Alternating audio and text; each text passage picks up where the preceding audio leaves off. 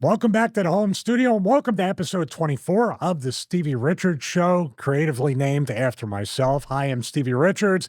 Today we are going to talk about money, and joining me is probably the richest YouTuber that I know right now, James, with his check. Did I say it right? Check. Wait, no, that's a little too grunty. No, How do you say it?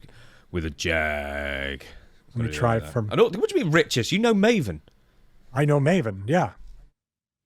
He's the richest YouTuber. No, Zach is the richest YouTuber. Maven. Yeah, Zach is the richest YouTuber we know. Without you are my Zach. Without Zach and James, Maven and myself, admittedly, well, all you got to do is look at my fitness channel. That's absent of James, so you can see the views compared to what we have Well, here. apparently not for long if you had your way, man. Damn, you're trying to get me involved in everything. I've already chipped away at you to start this thing. And if you know one thing, people might not know, and obviously the whole reputation of beating myself up or everything, you can never deny that I am tenacious.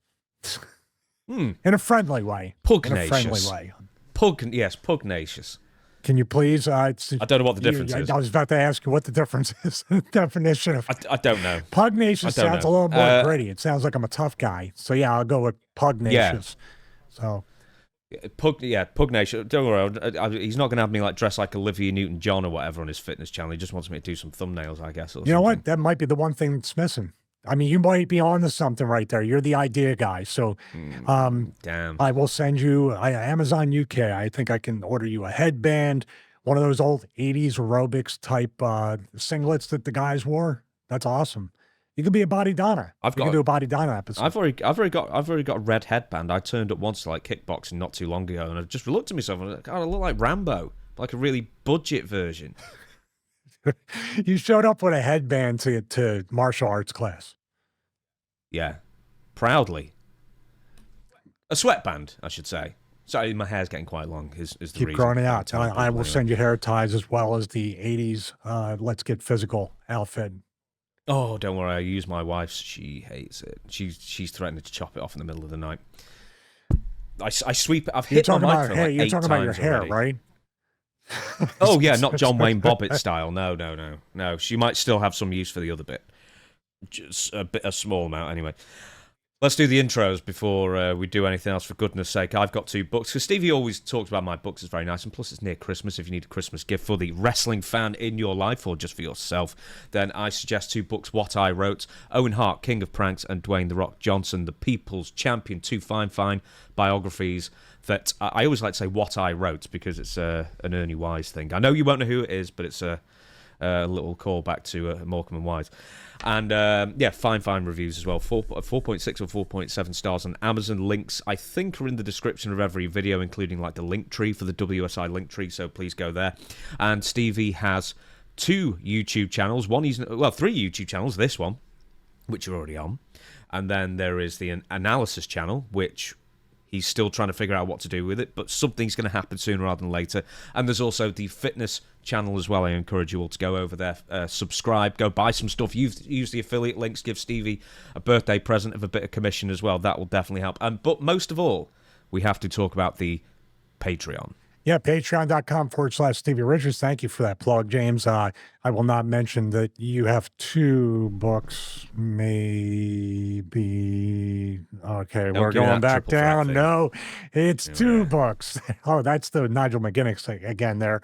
All right, so yes, patreon.com/Stevie Richards. Want to thank all the new members, and especially the people that have stuck along all the way back from the Wrestling Analysis channel and all the evolution and pivoting that we did, but we're settled into a nice flow of behind the scenes, pre and post show, and lately, and it seems to be really popular, we got a lot of new members on the producer tier, our watch-alongs. We watched along Chronic versus Undertaker and Kane, and look back, and it wasn't that bad of a match, but we think politics and WCW guys already being figured out before they were figured in. That was our theory, and just before recording episode 24, we actually broke down and analyzed the Mike Bell versus Perry Saturn urban legend match that we're talking about. But once again, we look back 23 years later from the date that it happened, and we're like, it was there, but it wasn't so egregious with that. But once again, I think that might have been Vince on a bad day, Perry on a bad day. But we go through about 11 minutes of looking deep at where it went wrong. And then it did get back on track. So we point out everything from beginning to end with the match. Yeah, so we're actually going to be talking about that match in this episode as well. That's going to be maybe not the main event, but it's going to be last on the card, I guess. We're going to be more in-depth on the moves themselves, the What Went Wrong segment that Stevie is so famous for. We are also going to be talking about, in the meat of this show, money. We've talked about money before a couple of times, like what I was paid versus what I had left. That was maybe episode 1. I think we talked about that on the whiteboard as well. But we're going to be talking more stuff like independent contracts, the humble beginnings on the indies and how much money you made there, various other financial aspects as well. But first, before we get into your wallet, as it were, Stevie, we've got What Went Wrong, but this is going to be fresh, hot off the press, Survivor Series 2024 stuff. What we're going to be looking at. I want to talk really quick about, you talk about wallet. I actually converted from the old Italian trifold wallet a while ago. And before my interview with Chris Van Vliet, the first interview, he had an ad for Ridge Wallet. And he opened up and I was like, the ad came up like on a previous video. So when we interviewed me, I picked up my wallet and showed it to him. He goes, oh, you got the Ridge Wallet. That's awesome. Like they were still a sponsor. And I'm like, actually, this was a $28 Amazon knockoff. See this?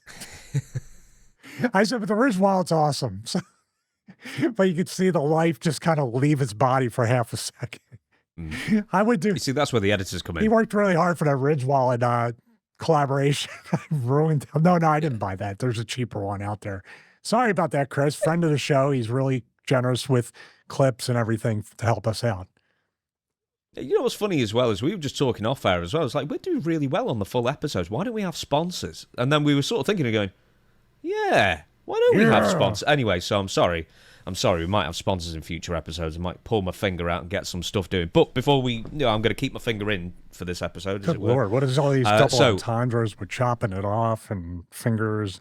What is going on with you? The best one is from Scrubs. And, do you remember the Todd? I think so. I watched Scrubs. The bodybuilder surgeon. Oh, yeah. Yeah, anyway. And someone's just going, why have you got to deal with all these innuendos? And he thinks about it for a second and he goes, in your endo. Best one ever.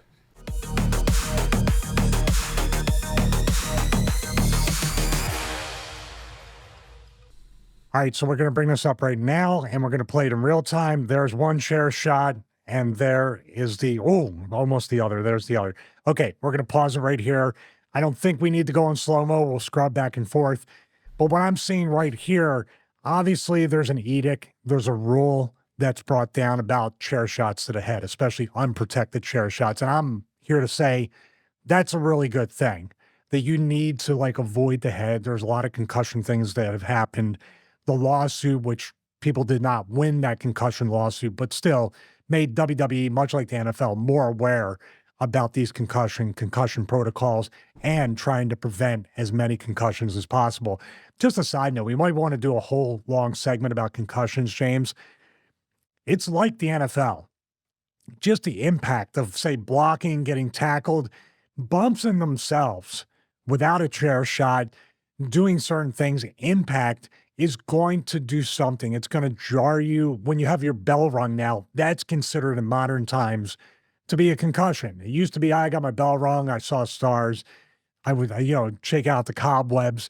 Those are all considered to be levels of concussive hits or impacts. So I give Nia credit here. She has a history of being careless in the past. She's trying to take care of these girls, but at the same time, I got to put, even though there is some kind of not there. See, she's not in position for any of this. Nia wants to hit her in the back with the chair. She's expecting her to stand up, looking away, back to her, swing the chair. But that doesn't happen because what we have right here is Naomi. I don't know what this is. I don't know what that is. Why lift the chair up with her facing? So if this rule has been in place with WWE for a very long time, to only hit him in the back, not in the head, to even stand up straight Naomi and then her going to swing the chair, what are you trying to do? This is just a level of inexperience. This is a, kind of a critique I have on the developmental system, especially NXT. They don't teach them this kind of thing to avoid for safety stuff. I think it's just get your entrance down, get the steps down, get the cues down, and get your stuff in as far as moves. And this kind of stuff, just having common sense and thinking on your feet doesn't seem to exist. But here we go. She pauses. What did she say to her? Did you notice? I'm going to zoom in on Nia. I think she just basically says no.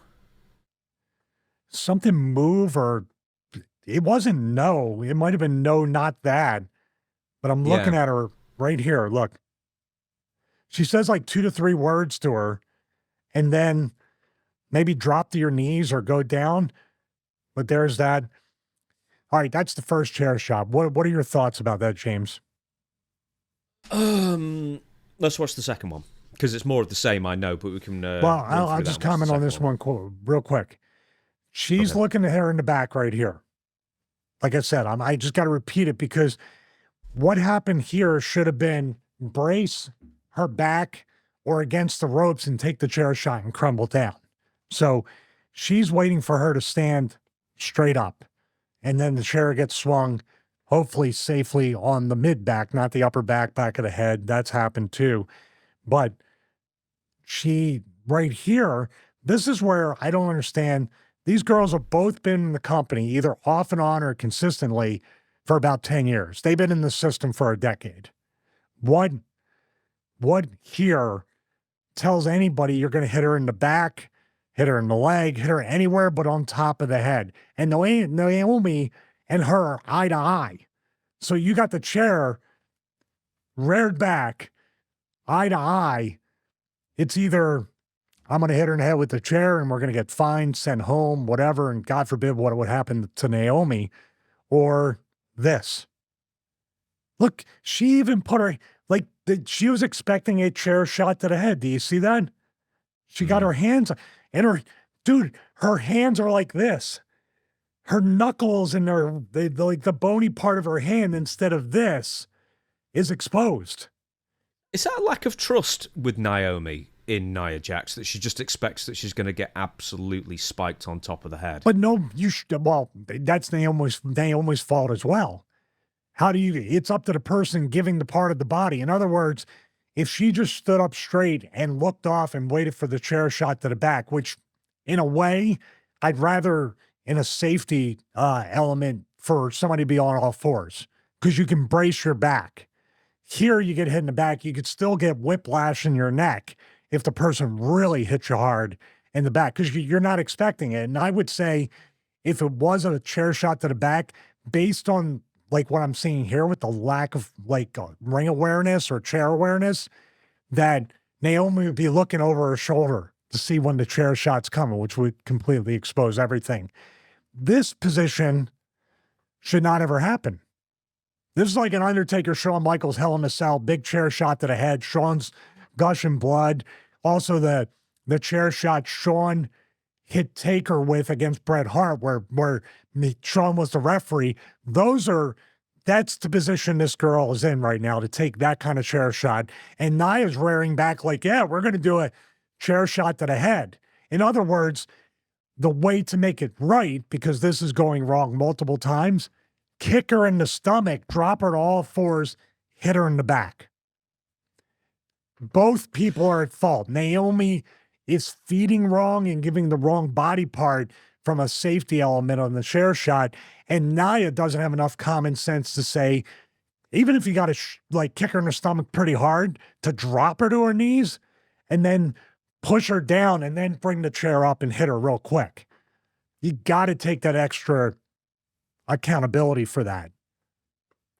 Do you know what, right? In the pause of the video where it is, if you were to tell me what's going to happen here, I would have guessed that Naomi would have ducked and Nia would have hit the ropes and then bounced the chair back in the face, because that's the only, since we know that headshots with chairs are banned, that for me is the only logical conclusion that can happen. Is basically just hit yourself with the chair bouncing off the ropes. Well, this is where, if that was the case, Nia's going to get like the rim of the chair, much like JBL did with the chair shot right there. That rim of the chair is kind of the same as the seat of the chair. I know she's not doing that. You know why? Because the part you're going to hit somebody with is facing Naomi. When you want to hit yourself in the head by doing this and then the ping pong effect back on you, or the pinball effect back on your own head, you want to take the flat of the chair. She's got the underneath part of the chair, which allows this whole really, it's like a mini guardrail like rim on the top of an old silver guardrail. That's what's going on with this. This is just, how can I say it? There's only one word. These girls are bad. They're not good. They have their moments. They can shine within their own element. But when it comes to stuff like this and it breaks down in the ring and you're counting on these girls, or even general talent, male and female, we see it on both sides, to have common sense and safety in mind, they literally freeze. This isn't like, I'm going to hit her over the head. Look at how much time she has. She's stepping back, stepping up, rearing, and Naomi is giving her head while she's protecting her head completely wrong. Like, this shouldn't even have happened. And look. And she's really near the ropes as well. Yeah. So if you wanted to take a bump or something, but you don't hit her in the head to begin with. Now, dare I say it, that little tap on the shoulder looks like crap and looks weak. It probably like hit her in the bone of the shoulder, which hurt. So now you've got the combination between you're showing that it's fake, that it's set up, that this isn't the spot you're supposed to do. She's not in position. Then you go to hit her. Then you stop. Then you go like this, which shows, oh, I wasn't supposed to hit her in the head. Now I hit her in the shoulder. She's not really selling, which tells me it kind of really did hurt. So it's a perfect storm of everything that goes wrong.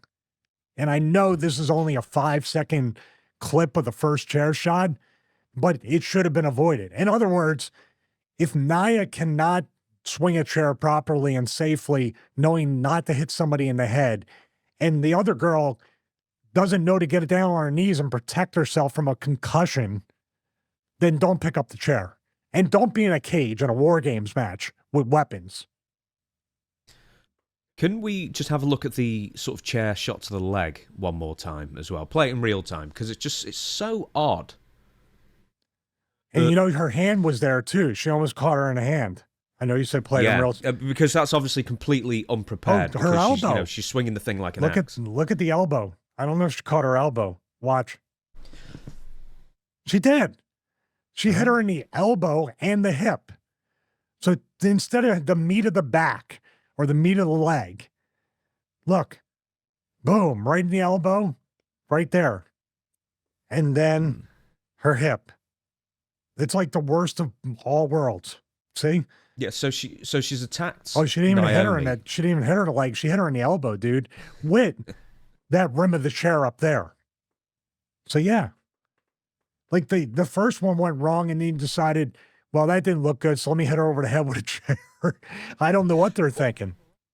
Well, that's where the panic comes in, I guess, because as you said before, there's only one way. If Naomi's still standing, which she was, there's only one way you can hit someone with a chair over your head, and that's straight down. Whereas it almost seemed like for at least a second, Naomi was like trying to feed her back. But then with Nia, with the chair over her head, Naomi then panics and doesn't know what to do, and Nia doesn't know what to do or like readjust. As you say, probably it's easy to say in hindsight, obviously, but the most safe way of doing this, as you said before, was probably kick in the belly and then feed the back. Yep. You know, go on all fours and feed the back. Well, the other thing is there's another way out of it. Maybe Nia was expecting Naomi to kick her in the stomach and hit her over the head, the chair on her back, because this was so over exaggerated and taking forever. And she had distance to walk up to her.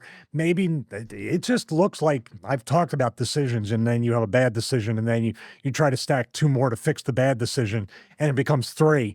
This is an example of that, where you need to grab somebody and reset, or shut somebody down, or do something without having a chair. But you can say 2020's hindsight, but you're on the main roster in WWE making a ton of money and you've been in the system for a decade or more. Hindsight happens with instinct and ring awareness, and you have to know what you're doing by this point. And I see with WWE, just so many people up there doing independent wrestling mistakes, if not even worse. This is bad. And this is just the first chair shot. And I've given Nia criticism on the last channel and high praise when she worked Raquel Rodriguez, even when she came back and now she's in better shape. Oh, here's another thing about this. This might be a theory. She went out first in the Survivor Series match, correct? In the War Games? Yeah. So she was wrestling 30 minutes near enough, I think. Who would book that when she's the Yokozuna, the monster, the person that comes in as a cleanup hitter? There has to be a rib attached to that. Why would you put her out there first to go longer? And maybe these kinds of mistakes will come up even more as she gets tired and blown up and loses even more ring awareness.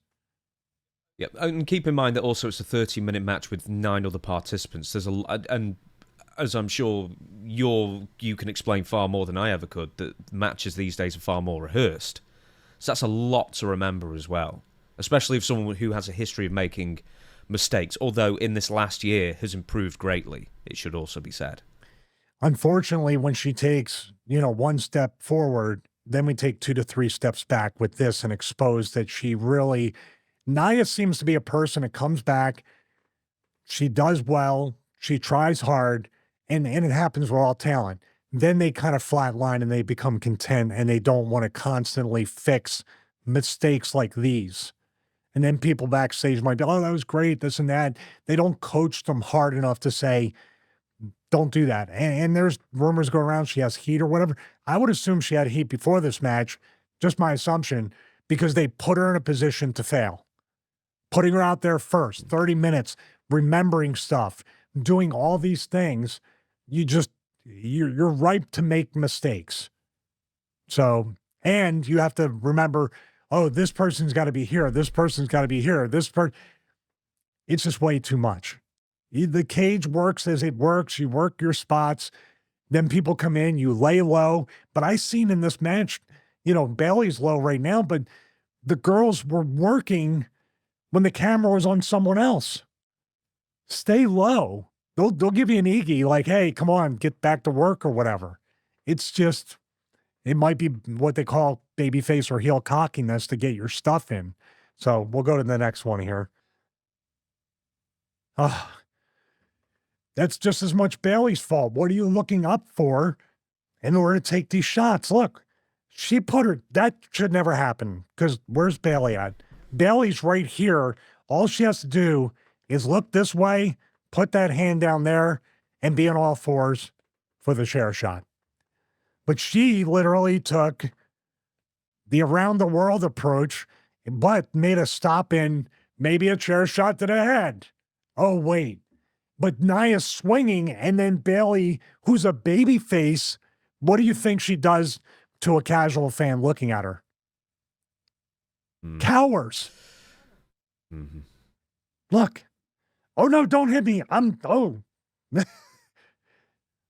it turns out to be like, give it up. After the first one, throw the chair down and don't use it anymore because this is only going to get much worse. And then Bailey's in the position after the chair shot.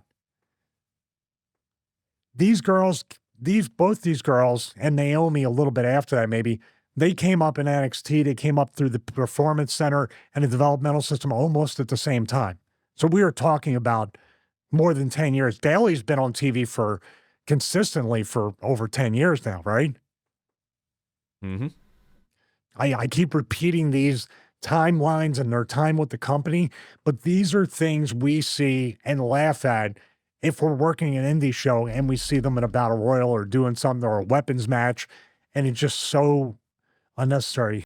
I was really hard on Nia because she's better than that. She shows the drastic improvement when she came back. She's losing weight. She's getting in a better shape.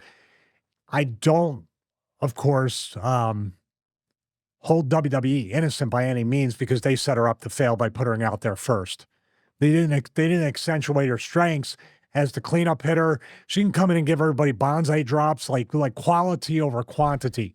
But they put her in a quantity over quality situation to say, and maybe it was her ego, because I've been there too. Like when we did the Lethal Lockdown, EV2 versus Fortune, Daytona Beach, Bound for Glory. I wanted to start the match because I wanted to get in there and test my cardio, test my conditioning. It's not easy. It's not as hard as when you're afraid of heights. We're going to get to a TNA episode, future episode, by the way. Take a drink. When I climbed the cage and realized this is very high and I'm afraid of heights. And Kazarian's trying to bring me to the edge. The T's throwing me off.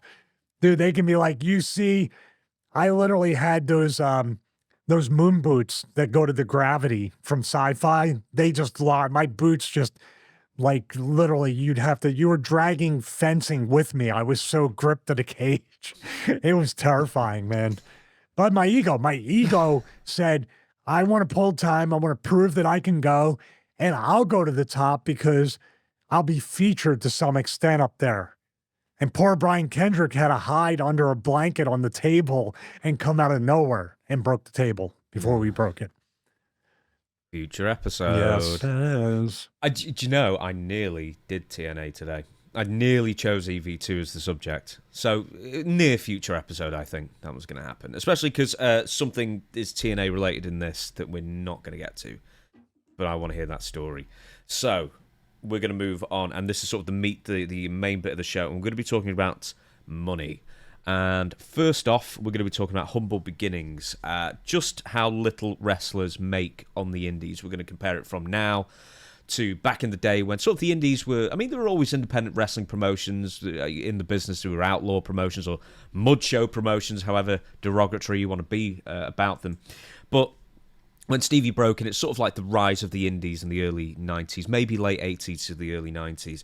And for starters, you're already in a hole, basically, when you break into the business, because I'm presuming you paid money to train to be a wrestler. Before you ever stepped foot in the ring, how much did you end up paying out? Not only for wrestling training, but, you know, any gear that you bought and travel and all that kind of thing. Well, we might have to start at the beginning before, because this is a message maybe the aspiring wrestlers or people that want to learn and not sure in this day and age about paying dues or starting from the bottom. Everybody wants to kind of get out of school and instantly make money. And it sometimes works like that, or you get paid to learn. If you are lucky enough to go to NXT, if you have a really great college sports career, even a pro sports career, you can make money to learn how to wrestle. But I dare say I don't agree with that, because it can break you in with a false positive. I like the era that I was in, where basically you started out, like you said, basically in the red, not only being a 19-year-old kid, not figuring anything out, being broke out of high school, trying to go to college, do all these things.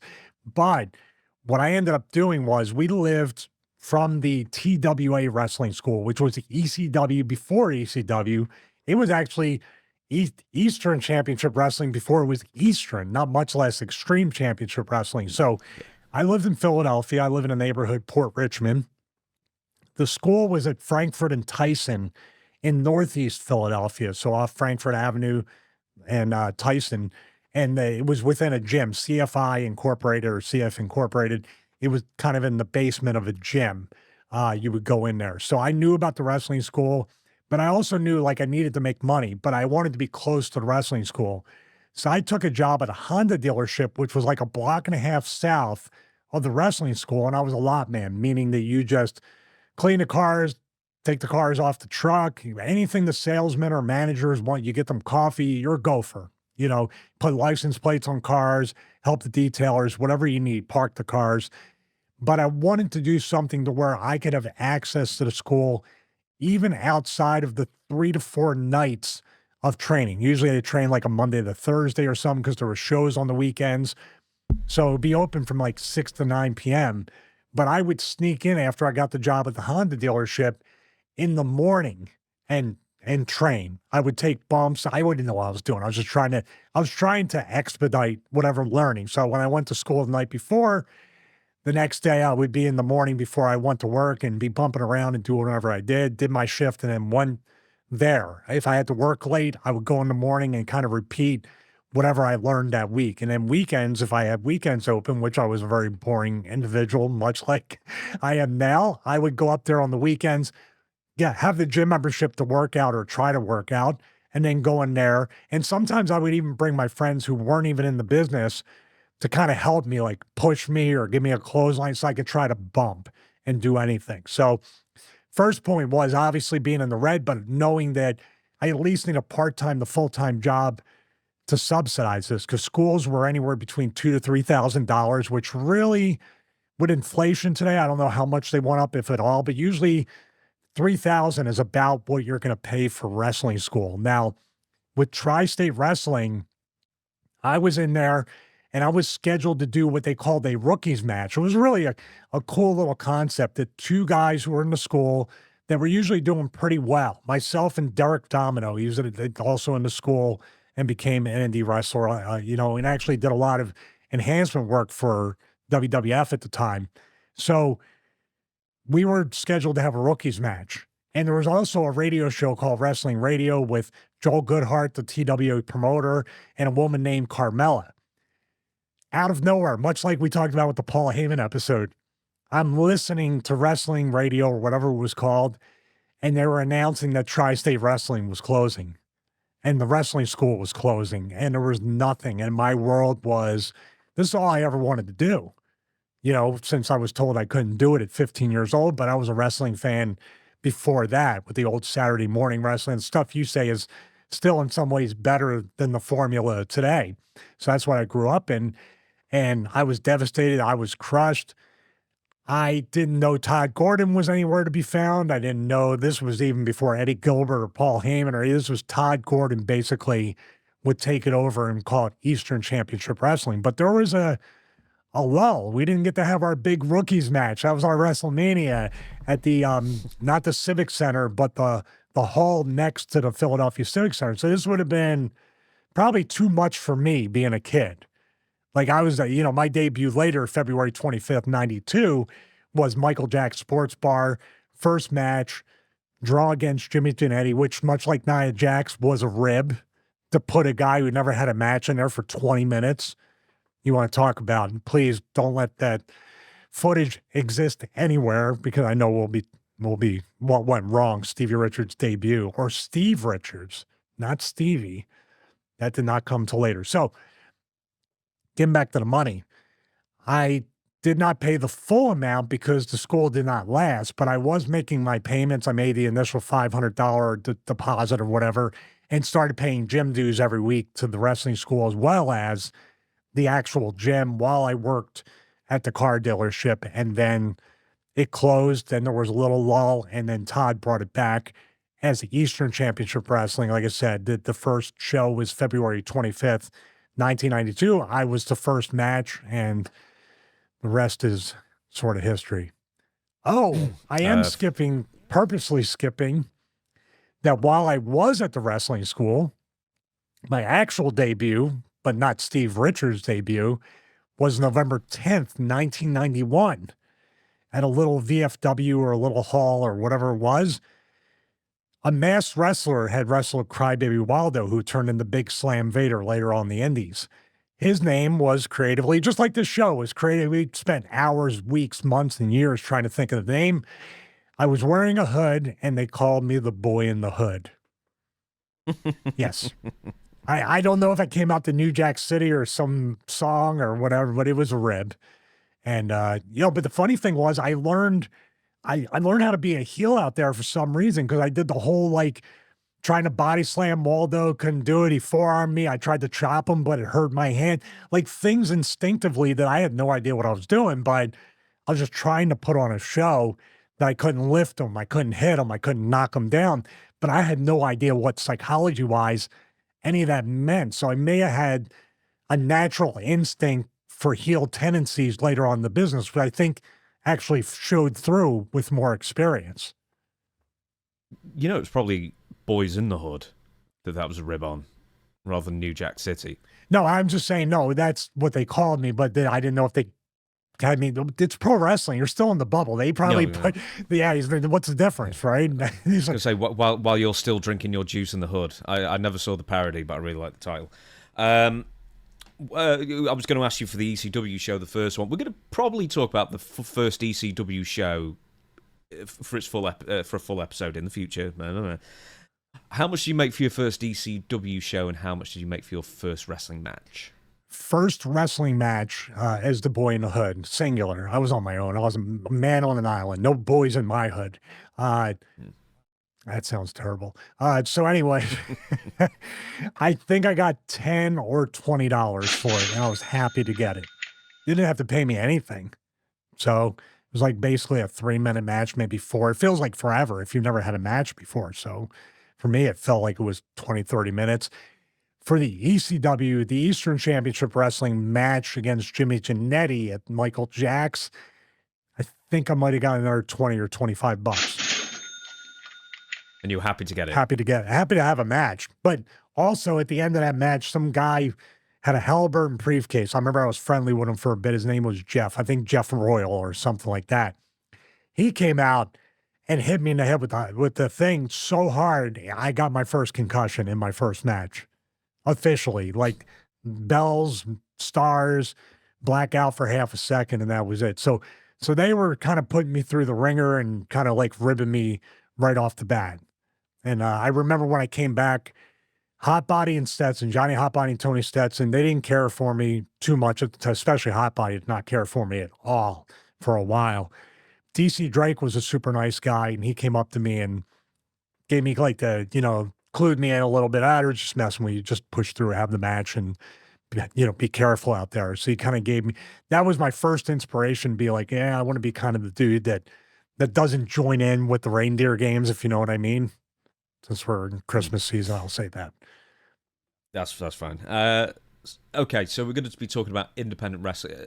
I'm presuming you were booked fairly solidly through, the early to mid 90s on the indies, as well as Eastern/Extreme Championship Wrestling. We'll talk about ECW pay in a second, but you're actually wrong about that. No. Am I? No, I'll give it. Here's another lesson, and this is where we talked about the people that drove for ECW or showed up for free or hardly any money and just with the hopes of an opportunity. That was my entire era, even up until on past being on TV and ECW. I would beg to get on shows and work, and I would do it for free. I would offer to set the ring up. I would do all these things to try to get experience. Because even after that first match that I had, I told the story, I was skinny. I was out of shape. I was young. I had no clue about anything. I needed to go out in the desert because they were getting a TV deal. And I was like, I cannot be seen on the Eastern Championship Wrestling TV. No matter, hey, even if 5 people watch it, that's their impression of what Steve or Stevie Richards is.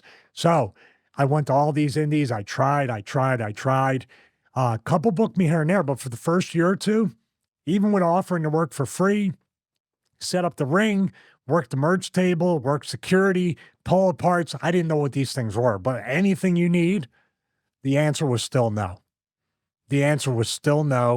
I did work a couple indies, including WWWA. You could take one of those W's off. I always thought they were too superfluous. But I worked for them, and that's where I met Jason Knight and Angel Amoroso, and that was my he was kind of like my middleman or go-between. They were friends, but they had talked to Paul and just said, this kid's going to show up, and I started showing up there. So no, I didn't make any money up until the sporadic use in WWWA with Dino Santa.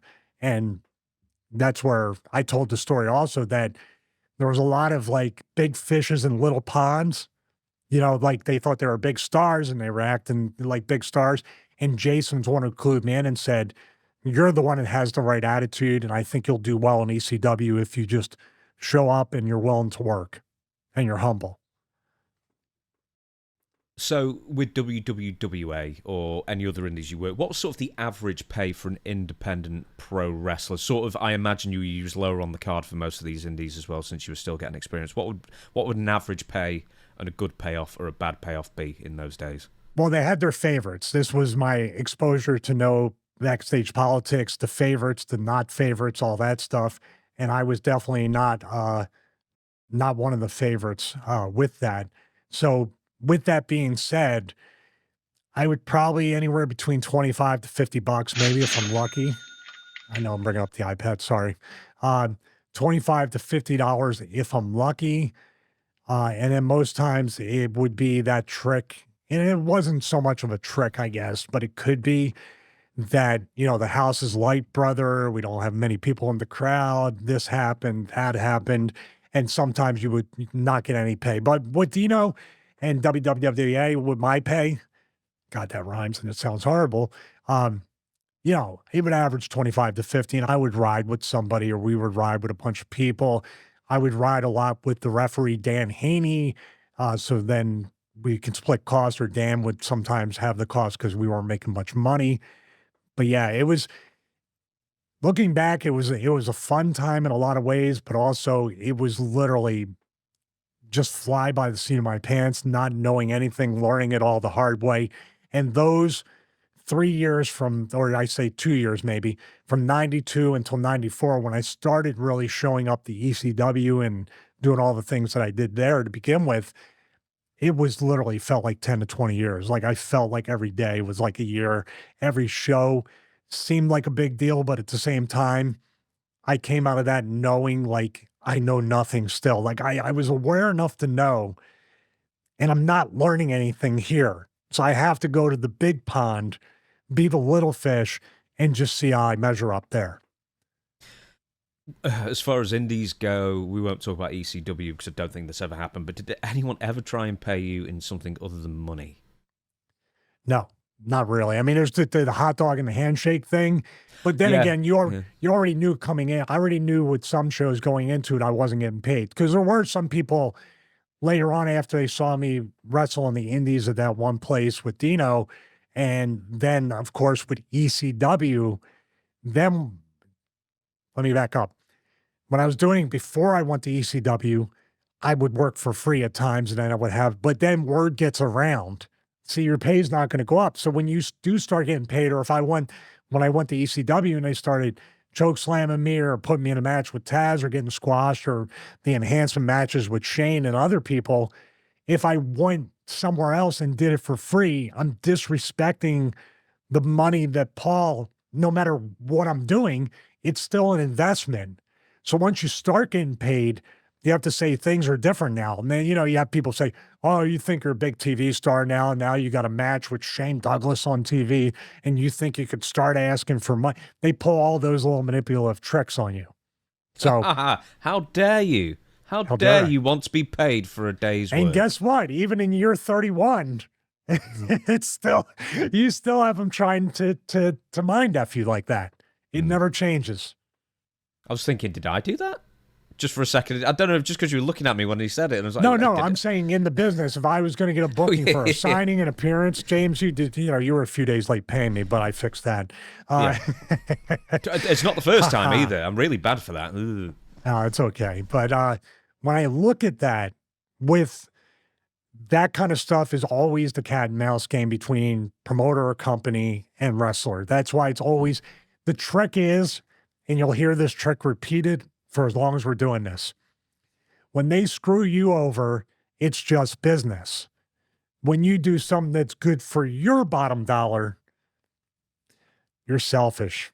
Or no, we're family. What are you doing? We're family. And you have that outside of wrestling as well.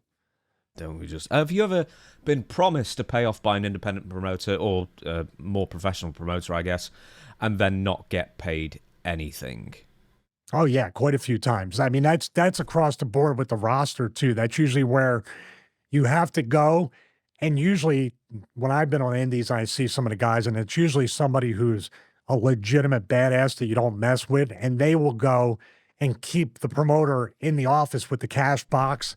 And then sometimes they would have taken the money and passed it out to the boys. There's definitely a lot of unsung heroes in the locker room that take law and justice in their own hands, or reparations or restitution or whatever. But there's times where the promoter was like, do the trick, like, I got to go to the ATM and get more money, and you would never see the promoter again. But the show would still be going on.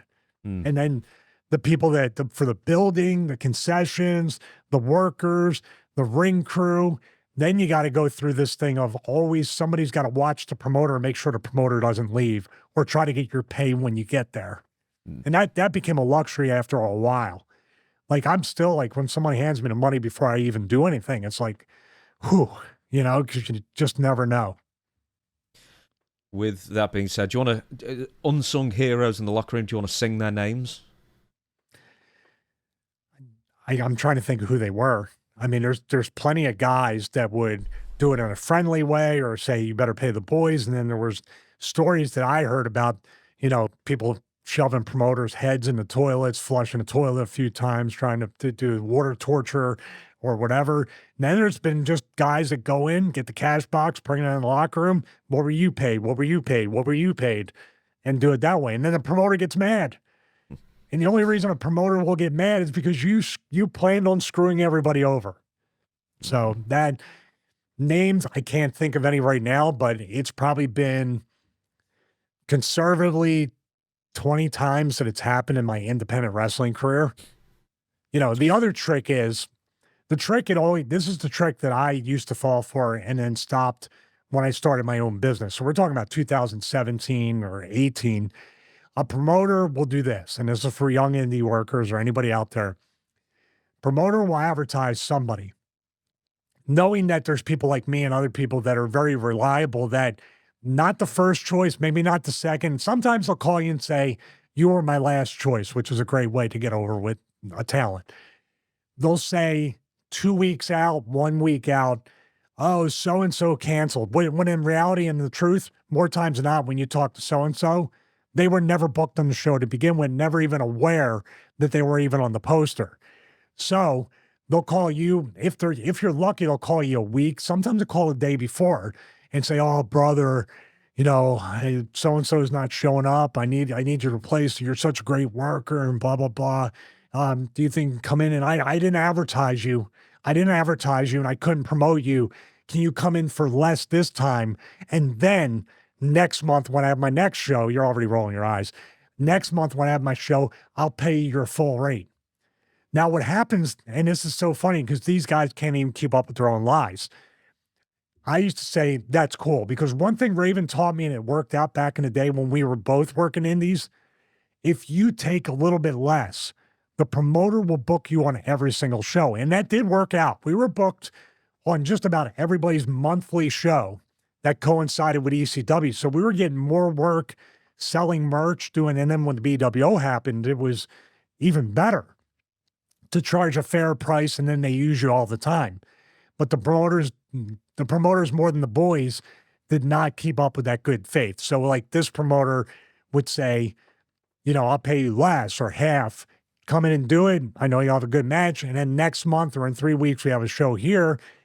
I'll pay you your full rate. Well, I'm going to let everybody and you guess, James, what happened after that show.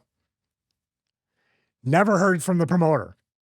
Never heard from him until, because they can't keep up with their own lies, because most of them lie. It's a full-time job with overtime. Call me again like we never talked the first time with the same exact, oh, brother, we haven't talked in a while, but so-and-so can't. I mean, verbatim, dude. And I was like, dude, you just did that like 3 or 4 months ago. No, I didn't. I don't remember that. I was on your show. Go back to the footage. No, I think I paid you full rate. But this time, brother, can you do the favor for me? And it's just at that point that you hit a spot where you're just like, okay, I got to know my value with this, and I'm being taken advantage of. Fine, whatever. And then I say no, and then the promoter buries you to all the other promoters that you're hard to do business with. So you're it's a double-edged sword. What I would have said, and I know it's, once again, hindsight's 2020. Oh, you were my last choice. I'm really in a bind. And then I would have said, okay, then, well, pay me double since I'm pulling your chestnuts out the fire, and then I'll work half price the second time. So then it averages it out. How old were you back then? Were you like 25, maybe 20? Well, in 2017, I would have been 30. Oh, you're old enough. See, it's going to be great to have you on this new channel when we started back up. Thank you, James. I need all the help I can get. You know what, dude? The thing that we get into the business for is we realize, at least in that area, you got to pay your dues. You're going to have to eat a lot of crap. You're going to have to just, get the opportunity. You got to be seen. If I didn't have that attitude, if I had the attitude right off the bat about the money and everything, I wouldn't have showed up and taken all the choke slams, got squashed. I wouldn't have proven myself over time that I'm a part of the locker room and I want to earn my keep to be in that. So if I just, the money off the bat, and I think that now in 2024, there's a lot of good that comes with that, but there's also a lot of false positives where if you're in developmental, you get paid to work, to learn how to wrestle at the PC. You're in NXT, you're instantly on TV, and you're washed out of the WWE system by 25, and you don't even know what a merch table is, an intermission, or Polaroids, or trying to hustle for this stuff, for this extra income. I'd rather have it my way and make the sacrifices. That is exactly where I was going next. When did you first start working the gimmick table on the indies and doing the Polaroids and that kind of thing? I had my first 8x10s, which was me folded up going like this with just a pair of Zubas on. It was so bad. Black and white. You know, I had the black and white. You know, even WCW and WWE had black and white ones back in the day because the color 8x10s were so much more expensive to make. So the indies were no different. I may have sold 2 of those, whatever. You know, so that was my first 8x10. I didn't even have like any kind of real merch like until the BWO. Until the BWO, like a t-shirt. Everything else was 8x10s. And obviously, you know, people would take pictures. Like Tim was one of the photographers. Who else? Last name was Kernatz. Jason was the son. I believe George, if I'm not, very nice people. They would take pictures, and we had people that would take pictures and give you the pictures to make into 8x10. So the fans, the photographers, and the people that worked ringside to do those things were so generous to help the guys make some money. So it was 8x10 strictly until the BWO. Then it was t-shirts. And I don't even know if we had any other merchandise after. There was a button table. Like I know Tom Brandy on the indies was great at making the buttons and stuff. Then Meanie and his girl, Tracy, would do the buttons and other merch. There's all these evolutions of different merchandise that I never really touched, dude. It was just t-shirts and 8x10s. Now, we're going to talk about, let's talk about the indies still again, and I know it's more recent, so I don't know if you want to give numbers or anything like that, but maybe more generally speaking, one, who currently pays really well on the indies that you can either give a shout out to if you want to, and 2, what is a decent rate for an indie appearance these days, or in the 2010s when you were making a lot more indie appearances? Oh man, today it's probably very much inflated. I mean, with inflation and everything else, and I might be also, there's not a whole lot of names that are on the indies, and I'm not caught up with the indies in 2024. So I apologize if you're like, but there's tons of people. I know Zack Ryder, Matt Cardona, he makes more money on the indies than he did in WWE, but he hustles merch. He does a ton of other things to make streams of income, but he also makes a decent amount. The trap with independent wrestling, and I've said it before, you come off WWE or AEW or TNA TV, whatever it might be, you're on the clock. You have probably a 1 to 2 year window to become relevant somewhere on the main stage again or some form of TV, because all your pay is going to do is go down, because that is a legitimate excuse by promoters. You haven't been on TV in forever. And, you know, there's exceptions, like even Buff Bagwell still has that aura about him that they were willing to pay him because he was in the NWO, WCW. Honky Tonk, man. He made a great career on the, or Greg Valentine, like guys like that, you know, were on indies for years. Duggan, I mean, that's a whole era right there. Those guys are getting paid. Now, they might not be getting paid totally what they deserve, but they're getting paid pretty well. Hotel, rental car, you know, who knows what else. Take them out to dinner. There's people that can take care of talent that way. And that's the tiers of being taken care of. Some guys, there's guys out there too that have been on TV, and sometimes promoters will still ask them, use your miles to fly out here, or your points for the hotel.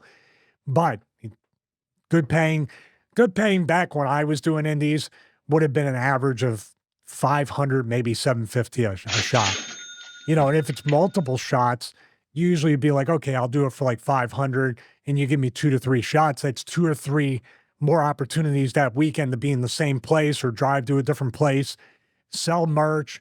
Maybe you get an autograph signing during the day. You try to stack everything to where you make a a pretty full weekend. Now it would be, I hear about guys turning down like $1,000 or $1,500 because it's not worth their time to travel, to be away, stuff like that. So there could be an inflationary type of factor in with the payoffs right now, or promoters could be like inflation. I need to cut pay and pay the guys less. ECW, Eastern and Extreme Championship Wrestling, you made mention, maybe in the Paul Heyman episode, maybe the episode before, I can't quite remember, but you said that basically you were on $200 a night. Did it ever get above that? No. And as a matter of fact, I tapped 200 in those months before I went to WCW. So, for the longest time, it was 50, went up to about 100, maybe around there when we were tag champs. I think I bumped up to 150 during that time or a little bit down, and then stayed there with the beginning of the BWO, and then it went up to about $200, which 200 is an odd number that kind of stings me to this day, because that's exactly the amount of royalties I made on the BWO t-shirts. We each made $200. Maybe 220 at the most. And Paulie said, "This is a very handsome sum." And the check was face down as he handed it to me, and then we walked away. Not in an envelope. I felt like saying, "Hey, there's nothing here." Not in an envelope, though. He was too cheap for a gold envelope. It wasn't an envelope. It wasn't an envelope. Wow. We needed to go through. We needed to peel back the onion layers, give him time to escape. Oh, dear me. Okay, we're going to talk about well-paying stuff now. What is your best payoff? Now, I know with WWE and WWF, guaranteed pay, sort of everything sort of gets lumped in, but I still gather that for certain pay-per-view appearances, you get bonused, and whether it makes up the rest of the guaranteed contract or not, it depends on what kind of year you have, I suppose. But do you know, and I'm very much guessing it's WWE, what your best single event payoffs were? None. There's no single event payoffs that were good. I've never earned a 5-figure payoff for WrestleMania, any kind of, the low fours. Even when I was in the right to censor WrestleMania 17, that payoff was around $2,000, the one in Houston. Then the WrestleMania 19 one with the 3-way match with the girls, they did a great job. That was another around $2,000 for that. My biggest payoff ever in WWE was when I got the royalty check for the video games. That was a 5-figure check. That was, I want to say it was between 35 to 40,000 for a quarter. But this was also factored in with DVDs and all that. It wasn't just strictly the video game. This was just lumped in with that. Then after that, I think it drastically reduced on royalty checks to maybe just under 10, which was to spill over from games and stuff. Then when I did, this was right to censor era. Then when I did the other stuff, when I was in Raw 2 and SmackDown stuff and everything, that was when they started to expand the roster, and those royalty checks started to kind of go down a little bit because the pot was bigger to spread around. And obviously, the pecking order, who gets a finite percentage in their contracts, like they deserve it. Rock, a Taker, and Austin, those people, and then later on Kurt and Brock and other people. So we got kind of the crumbs of that, but they were pretty good crumbs. So I would just say the best payoff I ever got in wrestling was that royalty check, which included the big payout for the video game. Okay, then. So we're talking about indie wrestling, and when you're getting paid, $15, $20 a match, and even in WWE, under certain circumstances and certain contracts, I guess, you've always got to make money. You've always got to save money. It isn't what you make, it's what you save. That's an old saying in wrestling as well as the wider world. Now, I was wondering, Stevie, if you had any stories on either saving money on the road or, let's not call them cheap, but let's call them frugal. What other synonyms would you use for that kind of thing? No, I think definitely. Wrestlers? I believe definitely cheap is not an insult, because I was probably one of the cheapest wrestlers as far as the expenses, especially the rental car and the hotels. And then for food, it would be bars and shakes a lot and try to kind of save up until catering and then taking food back to the room or having a plate made that you can put in your bag. And then after the show, you don't have to go out and eat. Time saving and money saving. Mick Foley's probably the most famous one of all as far as stories and him telling stories. Very frugal, saved all his money. He's retired. He made a ton of money. He saved a ton of money. Definitely commend him for that. And as time went on, I think in TNA, he had his hotel, his rental car. You get things covered so you can actually have more income to save and invest if you still keep that frugal lifestyle. I was definitely one of those people. Unfortunately, sometimes, and I would just say this, sometimes I would probably be a little too frugal because you got to be comfortable on the road. It's uncomfortable enough as it is. So it's kind of a tightrope right there. Speaking of rental cars, I think I told this on the WSI interview, maybe even the first one. I would have a rule that after TV, say after SmackDown or ECW, whatever the Tuesday taping was when I was with the company in WWE, if we had a long drive, because sometimes we wouldn't be, say, in Minneapolis, Minnesota, flying out of the local airport, and we would be maybe 100 miles away for ECW outside of a major city and have to drive to get to the town where the airport is to fly out of. So say it was like a 2-hour drive. We stayed for the whole show. I would drive. And if it was late enough, I would just be like, you know what? I'm just going to go to the gym. I'm going to go to the gym. I'm going to work out, take my time. That way, when I land, I can just take a nap. And then if it was a certain amount of time, say I always took the first flight out. So it was always a 6 a.m. flight, if not earlier. So say 6 a.m. flight. If I'm getting back into the town with less than 4 hours. So if I get back, if it's a long drive and I'm like, man, I got to go work out. And then by the time I'm done, if it's 4 hours before my flight, which means you're going to get to the airport, usually at 4 a.m., drop the car off, go to the gate anyway. You don't want to be late to go home. That was the biggest fear of mine, that I would just miss my flight home. Flying to the towns and seeing like the people in wrestling, that I could take it or leave it. But getting home, I was getting to the airport. So even before 9/11, I was getting there 2 hours early. I would not get a hotel. I would save that money and sleep in the rental car. Or if the airport opened, I would get there. I would write. I would play video games. I would do whatever I would do to kill the time, fly and then go home. So that was my rule. And I would pay the price a lot. If I did it now at 53, my back would be destroyed. My back was hurting after bumping. And this was like no stretching afterwards, just wrestling, showering at the gym or showering at the building, then showering after my workout. And then going into the rental car, seat back, it's not very comfortable. And every wrestler has lived in their car from that era at some point, if not multiple times, paying their dues. It's not a comfortable thing to do, but it was a way for me to save money. Because the thing that wrestlers didn't understand, and we covered it on the, the Smartboard episode with expenses and everything, wrestlers misinterpret a tax write-off for a tax credit. They think if they stay at the Marriott for $150 a night or whatever, they're getting the entire 150 back. They're really not. You're getting a write-off. Like I bought Rodecaster video equipment for here at the end of the year. Not getting a full tax credit on that. You're getting a percentage written off of that. But wrestlers, they were just like, I remember testing a bunch of other people. It's like a write-off, Wacko. It's a write-off. I'm like, it's really not. But then again, I would rather be somewhere in the happy medium looking back of, there were $30 hotel rooms. There was $40 Motel 6. Red roofs were not expensive. And then you want me to tell a story about how I used to book the rooms for myself, Kane, Charles Robinson, Rosie, and Kane wanted to legitimately end my life one night because of a hotel I booked. Mm-hmm. How nice was it? Ritz? How nice was it? Hilton?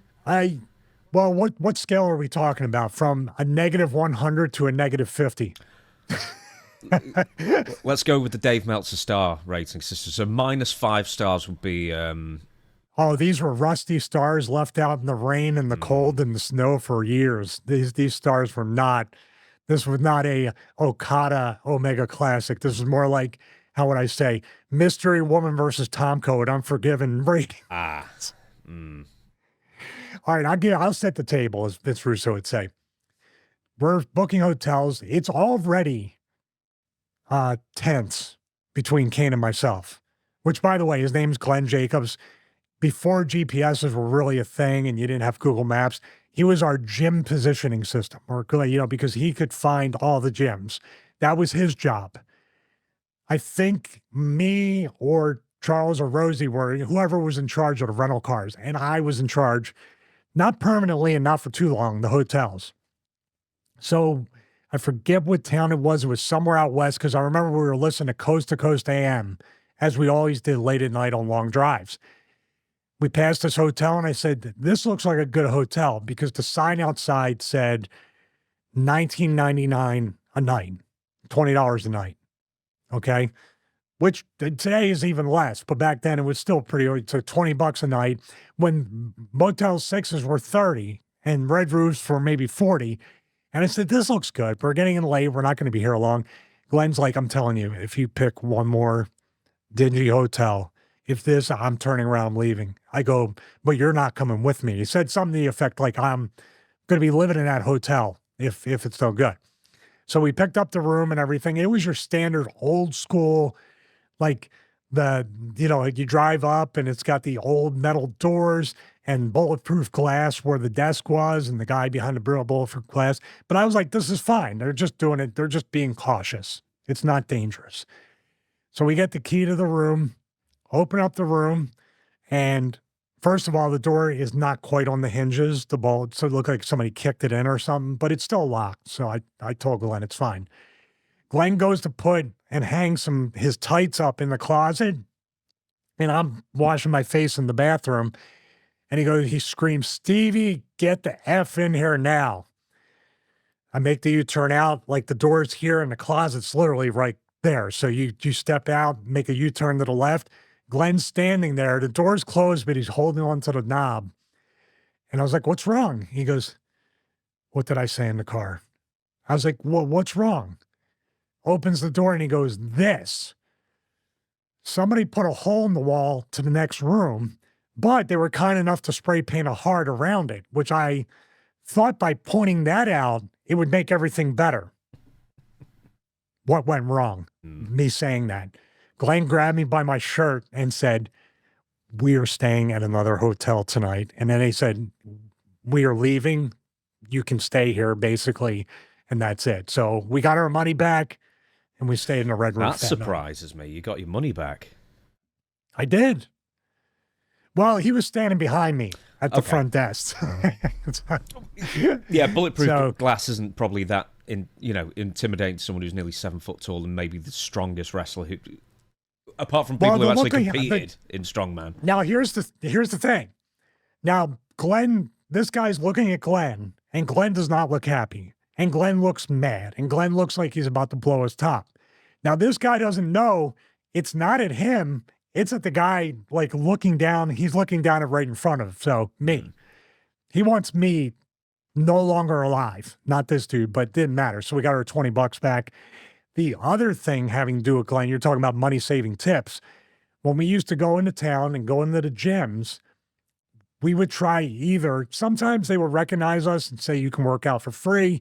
We'd exchange tickets, give them a couple tickets or whatever.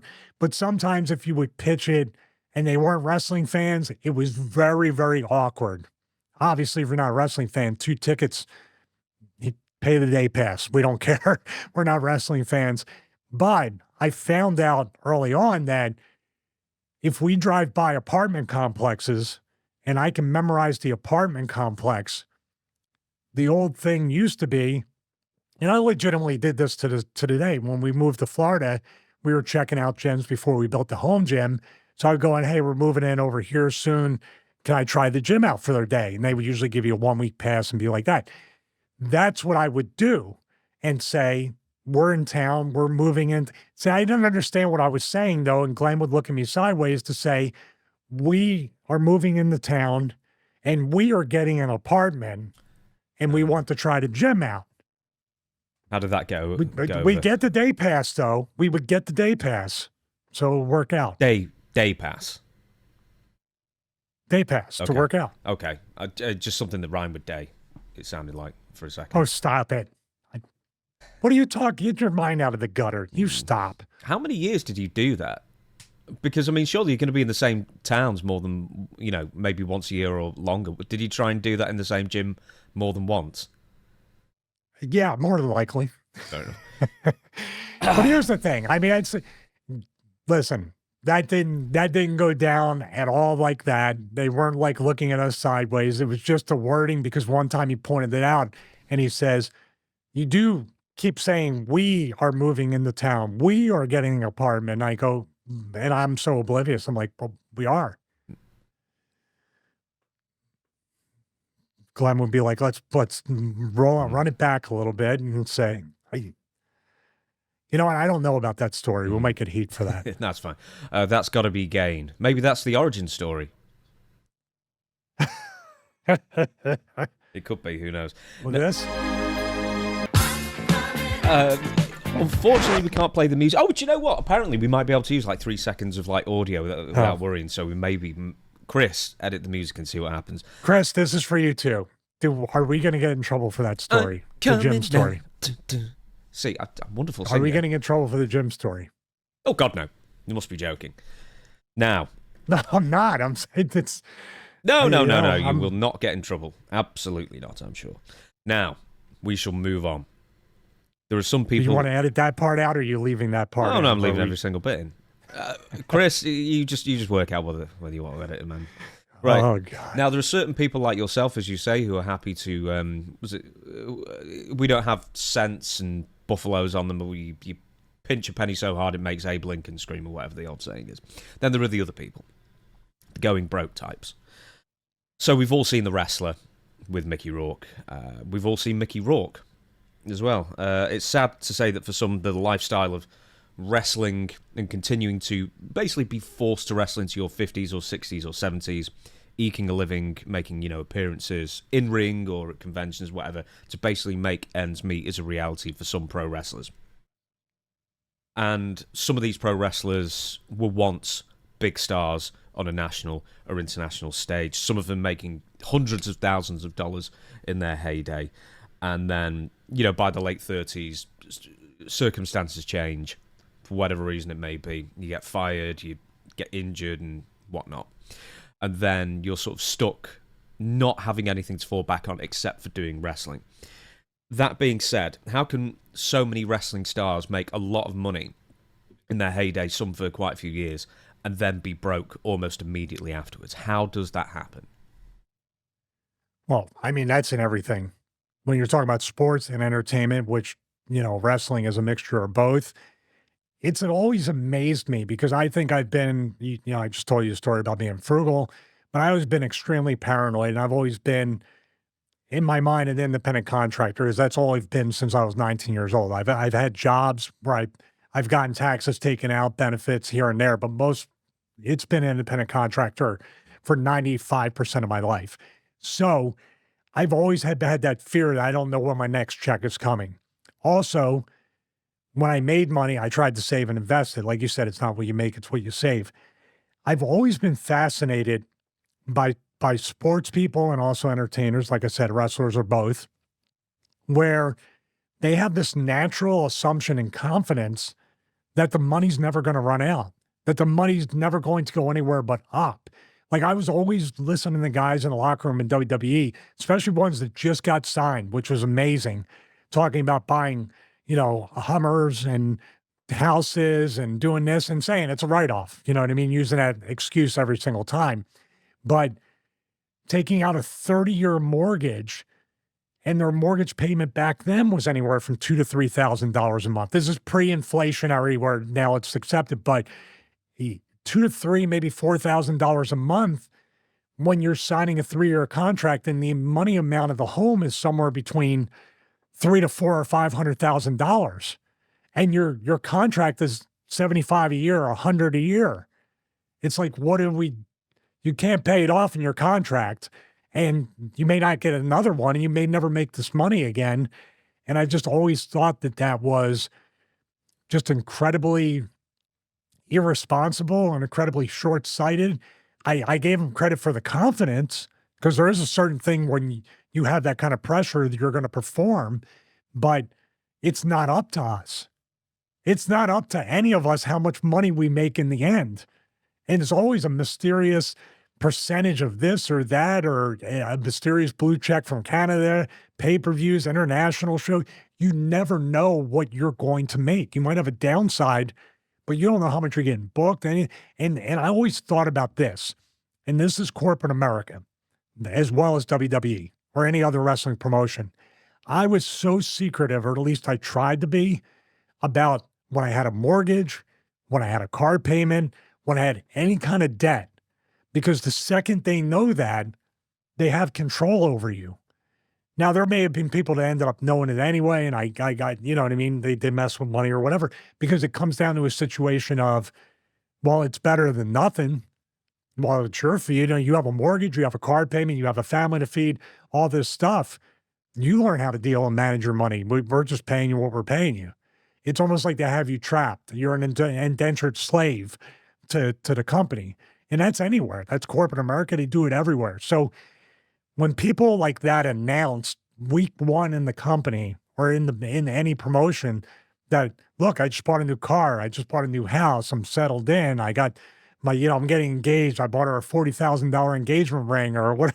I'm like, why are you saying this? This is really oversharing, and you're putting yourself in a very terrible position, because these people will take advantage of you at every turn from this point on. Maybe your money will stay the same, but they can get you to do stuff that you're very uncomfortable with. Because what if you say no, you know you're getting unbooked. So let me. There was a lot more.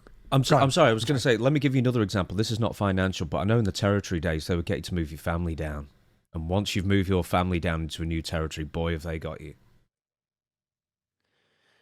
Well, yeah. I mean, also, if you look at it this way, that never changed, because when I lived in Connecticut, they wanted me to come down WWE and be a coach at FCW. I was still a main roster guy, but they wanted me to transition to that. And even later on with the Performance Center, I did the week of coaching there. They had mentioned to me, we need for you to move down here. If you're going to be a coach, you're going to be on a 4 to 6 month probationary period, where if we don't like what you're doing or you're not performing up to our standards, we can just cut you and let you go. So there's absolutely no guarantees. And this is me as a full-time roster member for almost 10 years in the company. You're putting me on a probationary thing. I've worked every developmental talent that's come across, any part of WWE in the past 10 years. So to me, it was like I was being set up, and there's such a part of me. I've talked to people that have done it. I think there's been quite a few people that have moved down to be coaches and end up getting let go in that 4 to 6 month period. It's almost like they fell for it, and it was just one long practical joke on them. Let's see if he can do it. Let's see if he'll move his family down here, much like the territory days. We got him, then we can let him go, or we can cut his pay in half. He's got a family to feed. He'll take it, because what's he going to do? He's not in his hometown. He spent all the money to move. There has to be somebody within the chain of command that gets off on that, because it happens way too often, and then it becomes a business, nothing personal. But you want more money. We're a family. What are you doing? A really famous example is Jake the Snake Roberts. I'm not sure there's any, Ric Flair, you could say. He's thrown all his money away basically over the years and been bad at negotiations and that kind of thing. But Jake will work on that as he left WWF in 92. He was with WCW for a short while, and that was sort of his last national exposure until 96 with the WWF. And by that point, he was already broke and divorced, doing the whole preaching thing. Making some money off that as well, I believe. And then 1999, and what was the documentary? Beyond the Mat. Beyond the Mat. Beyond the sorry. Mat. And, he's just as low as it can be, basically. Turn up to these small indie places. I mean, from just 10 years ago or even less, he must have been making hundreds of thousands a year. And then from that to rolling around in a Mac, sort of supporting a drug habit, which thankfully for people who don't know, I'm sure everybody does, he many years later kicked, and now he's with AEW making good money and is a very much in a better place. But how does that happen? I don't understand how someone even in the 80s can make hundreds of thousands and come away with nothing almost the second they leave. Yeah, it is strange. I mean, obviously, demons and certain habits will take that money away very, very quickly. So it's not just wrestlers, but normal, everyday people working 9-to-5 jobs. Nobody's immune to that type of addiction and those types of pitfalls. I'm going to back up for a second because I think the story was, you talk about holding somebody hostage or whatever. He did the match, was it WrestleMania 8 against 8. Taker? Yep. He left WWE to go to WCW. He was promised great money, but that was the old regime, and Bill Watts took over during the time from WWE to WCW and cut his pay. It was a totally different deal, and he was very unhappy. In other words, you already gave your notice to Vince, you're already coming in, and we got you by the balls. That's paraphrase. He did a great job kind of going step by step chronologically, but he Well, I'll tell you exactly the story then. So I believe he was promised after Pat Patterson, quote unquote, left, but really he was released due to the Ring Boy scandal at the time, that Jake was promised by somebody to be head booker. And then they went a different direction. These just said, no one's going to be head booker anymore, but we're not giving it to you. So he held up Vince McMahon for a release. Then he negotiates a deal with Kip Fry, who was with WCW briefly in 92. And as you say, by the time he got there, Bill Watts was there. He saw the contract and tore it up and was like, we're not paying you that, buddy. Because I think he negotiated like millions big deal. to go to WCW from Kip Well, Fry. the other thing about that deal, too, is the Kip Fry era, much like my WCW era, too, the Kip Fry era was trying to get big names. That was probably the first attempt by WCW to try to sign big names and technically overpay them, much like Bischoff did. You know, guys should get their money. And Jake was somebody that should have been a head booker. He should have been the guy to replace Pat Patterson because he has and had a great mind for the business. Looking at it now, like, it might not have been anything personal on Bill Watts' part, but it might have been personal. You don't know the relationship or the heat with Jake's family, with Grizzly Smith, Bill Watts. I mean, there might be history there for all we know. We're speculating, but Bill Watts, famously under the radar, now we know, but not at the time, he was brought in to cut costs. And attached to that, from what I heard, was he had an incentive to cut salaries and cut costs to come back to him. He was the hatchet man that would end up getting a bonus if you saved the company this much money. Am I off base with that? I've never heard that, but I don't deny it one bit. I know he tried to cut Brian Pillman's He's cutting everybody's contract, deal. and He cut Flair and everybody, didn't he? Oh, no, he tried to cut Pillman's, and Bill said, well, if you're not going to take a pay cut, then I'm just going to have you lose every single match. And Brian Pillman went, well, I'll just be the world's highest paid jobber then, buddy. And that's the right attitude to have. Is like, well, it doesn't matter in the ring. The money's real kind of thing. I wanted to also bring up, I mentioned quite a few different things. One thing I didn't mention is that most pro wrestlers, or maybe the majority of pro wrestlers still today, don't have a fallback.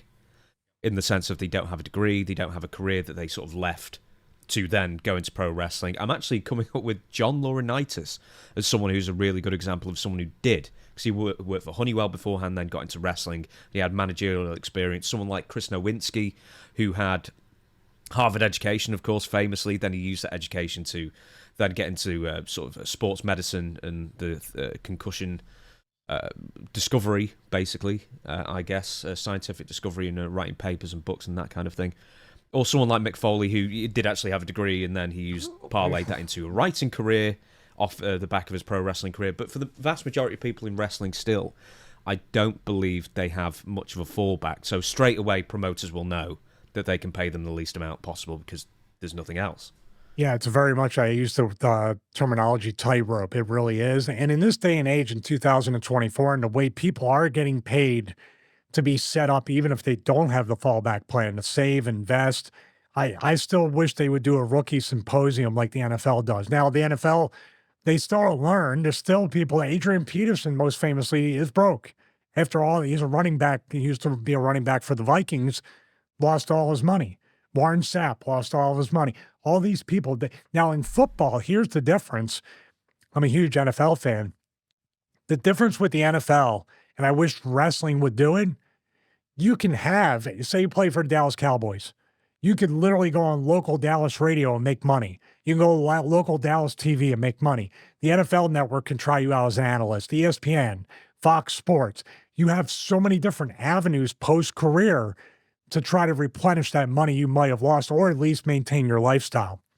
With wrestling, I wish they had something. Maybe WWE ID will have something like that, but I wish they had a lateral move to when you're done wrestling or you're done with WWE, there's still the local wrestling attached to them, the farm league attached to them, developmental that they don't have their hands in, but they're kind of connected to a school, something to where the next generation can learn and the current generation can have a paycheck and feed themselves and their family. But yeah, it's a tale as old as time where I just feel like you have to have confidence to be a wrestler. I said it before, even though I beat myself up, my confidence in doing what I need to do and trying to be the best that I could be was always there, no matter what self-doubt, self-esteem that I had. That being said, I also knew that my window was very small, maybe smaller than I wanted, depending upon an injury, politics, budget cuts, the economy, whatever it might be that I need to save and invest. It's always a strange thing where these wrestlers think that it's never going to go away, and the shock it's never gone away with like, my God, it's over. What? Of course it is. It's going to be over for all of us. If you're not Triple H or a McMahon, it's usually going to be over for all of us at some time or another. But does it get better over the time? I mean, is there just a wider acceptance of finite amount of money coming in now than there was 20, 30 years ago? Or are people, for the most part, just as shocked now as they were 20, 30 years ago when they were let go and then the money stops rolling in? But basically, is there a better education out there for people? Well, I think there's more tools for people to use. I go back to Zack Ryder. Matt Cardona is using every tool in the book to thrive post WWE. They didn't do him any favors there, but so do we. Who's that? So do we. We do the same thing. We do the same thing, but he's still in the business. And he's taking advantage. He's able to monetize the business still as an active wrestler. And he still might go back to WWE or get a deal with AEW. He has a lot more potential within the business to have a resurgence. What we did was we took, and guys like me and other people like Russo and people, we found life after wrestling. We're talking about wrestling, but our life is not professional wrestling. We're looking at from a great point of view, an objective point of view. We're not limited to just talk about WWE, TNA, AEW. We can talk about anything we want at any time in the wrestling timeline. We can talk about anything. It's beautiful. But a lot of guys and a lot of girls or a lot of people do not want to put in the work because the other thing about pro wrestling is it's a work. The goal of pro wrestling as a wrestler is to do as little as possible with the maximum amount of return and money, push, opportunity. That's also a bad false positive when you get out because what do you become? Lazy. The money's not easy anymore. Now, for me, I had the benefit of nothing was ever easy. Nothing in my life, thank God, for good or bad, has never been easy. It instilled, whether I liked it or not, it instilled a work ethic in me. And also, I always prayed and I always thought about it and I always wrote it down that if I ever had the opportunity where it was up to me to succeed or fail, or if I needed to delegate things, much like we do between you, myself, and Chris, I will work as hard as I can. I will obsess over it and I will get the return. And if I don't get the return, it wasn't meant to be and I need to pivot. Another thing in wrestling that you're not allowed to pivot on your time, much like the Mike Rotunda thing that JR explained. Once again, excellent clip. Go back and watch it. His pivot, Mike Rotunda's pivot, didn't come until the office said, here's the varsity club. You see what I mean? Now we have one thing that nobody has in pro wrestling. I don't care who you are, what level you are. You do not have full control of your destiny. We do right now.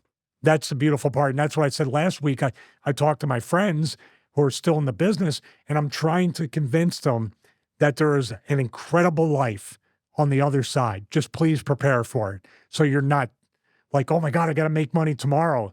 That'll put you back into the business and put you back into the rabbit hole and the trap of the promoters paying you less. Oh, brother, I didn't all the tricks I talked about earlier in this episode. Mm-hmm. You get in to get out. It's a nice theory, isn't it? Yeah, they put Ultimate Warrior down. They made an entire DVD to bury that guy. His entire goal was to get in, make the money, and get out. You have to respect that. I'll give you a few more things that money seems to go on. Drugs, obviously. Lavish lifestyle, as we've explained before. I'm going to get to that one last. Alimony, if you're a Ricky Morton or someone like that who had a lot of kids out there, or a New Jack, but they a lot of the baby mamas struggled to find him, so he didn't have to pay that much alimony apparently. Giving money to family and friends and just sort of spreading the wealth and stuff like that, but bad investments as well. I can only speak about American sports, not wrestling, but I watched a 30 for 30 documentary. It was really good. I've seen that too, yeah. Apparently, yeah, really, really good. They had a guy in baseball who threw all his money into a game software firm. Kurt Schilling, is that who it was? Yep, I think so. Apparently a lot of American athletes seem to invest their money in car washes. Lenny Dykstra, but that was like another washing scam, I think. Yeah. No, these are physical car washes. No. Hey, Lenny Dykstra. I mean, I'm sure there's a lot of laundry. Lenny Dykstra had a ton of. I'm a Philadelphia Phillies fan. Grew up in Philly. Lenny Dykstra had a bunch of car washes, and they actually had them on, I think, real HBO Real Sports in the positive way. Like, I have all this, like, post baseball is incredible. I'm a businessman. The other one, and I don't know if it's on your list, and I don't understand this one out of all of them. Restaurants. The food business that you were talking about, that bar that contacted, the food business is the worst. The most amount of hoops, inspections, cleanliness, turnover. It is the worst bit. You're better off just putting it in like a low yield, like a mutual fund or something. Yeah, just make you 9 to 11% every year. It's not sexy, but you'll get your money back and then some. So why restaurants? It's like everybody wants to open up a restaurant, steakhouse restaurant, this and that. I mean, it's crazy. I think it's just because people like eating and like the idea of taking people to their restaurant and eating for free, which it's not for free because you're paying for the ingredients and the time and everything. I don't know. It's one of those things where it's the service industry in general is so hot and cold. If you pardon the pun with the food thing there, but yeah, one of the worst investments, absolutely. Now, not investments, but we're going to be talking about money once again, and very specifically the kind of contract that professional wrestlers find themselves beholden to, especially since the 90s or maybe even 80s. And we're talking about independent contracts. Now, TKO and UFC have recently settled the Kung Lee lawsuit. This is something I've been particularly fascinated by. I don't think a lot of wrestling fans out there care much about it, but really they should, if you care about the business of pro wrestling, because it was brought forth against UFC 10 years ago, and it was alleging monopolistic practices that artificially kept fighter pay low. Around 15 to 16% of total revenue would go to the fighters, unlike other American sports, especially the NFL, where about 50% of revenue generated go to the athletes, the players. While also disallowing, this is back to UFC, disallowing the fighters from fighting or performing for other promotions. So you're an independent contractor, yet they dictate where you work and when you work and how much you get paid. It's also been alleged that WWE's record business these last couple of years, talent pay equates to around 10% or even less, I've seen estimates of total revenue generated. So it's, way less than UFC and a fifth of NFL or other major organised sports. Independent contractors do not benefit from health insurance plans or pensions or employment discrimination or unjust termination or employment insurance or paid holidays or maternity leave or workers' compensation. That being said, Shane Douglas's Extreme Rising, was it Steve O'Neill who funded that? Yes. Have I got the name right? Yes, Steve O'Neill funded that. Yeah, so originally when that was proposed, they were going to have 401ks, which is, I think is a pension, what you call them, health insurance, health benefits, all that kind of thing, like they were actual contracted employees. And that faded away. And then a few years ago, 5 years ago, 6 years ago, AEW said the same thing. Oh, we're going to have health insurance and blah, blah, blah. Making all these promises. And also, Brandy Rhodes was quoted at the time, Cody Rhodes' wife, saying that women would be paid equal to men. Which, of course, once again, hasn't happened because it's a meritocracy. Basically, you get paid what they think you will draw. And apart from Mercedes Moné, who I believe makes 7 figures a year, no other woman in the company does. Maybe Britt Baker, but my guess would be doesn't. That being said, independent contractors, there are 20 factors used to evaluate the right to control and the validity of independent contractor classifications. WWE, I believe, fail a couple of these. And before we get to this list, what do you want to say about independent contractors before you go through all of this? Well, I think the title you have in bold here, independent contractor, and for people on Patreon, you get the show notes as well. You put BS next to that. Of course, it's BS. Absolute BS. There's 19 or 20 factors. I think WWE, AEW, TNA, they all fail like a lot of these, and they're major ones. And I think the analogy is that people use, another type of independent contractor would be like a painter to paint your house, a carpenter, a contractor, a lawn service, whatever. These are the people that say, okay, I have this job here, but I also have this job here that pays more. I'm going to do that job, then I'll come back and do your.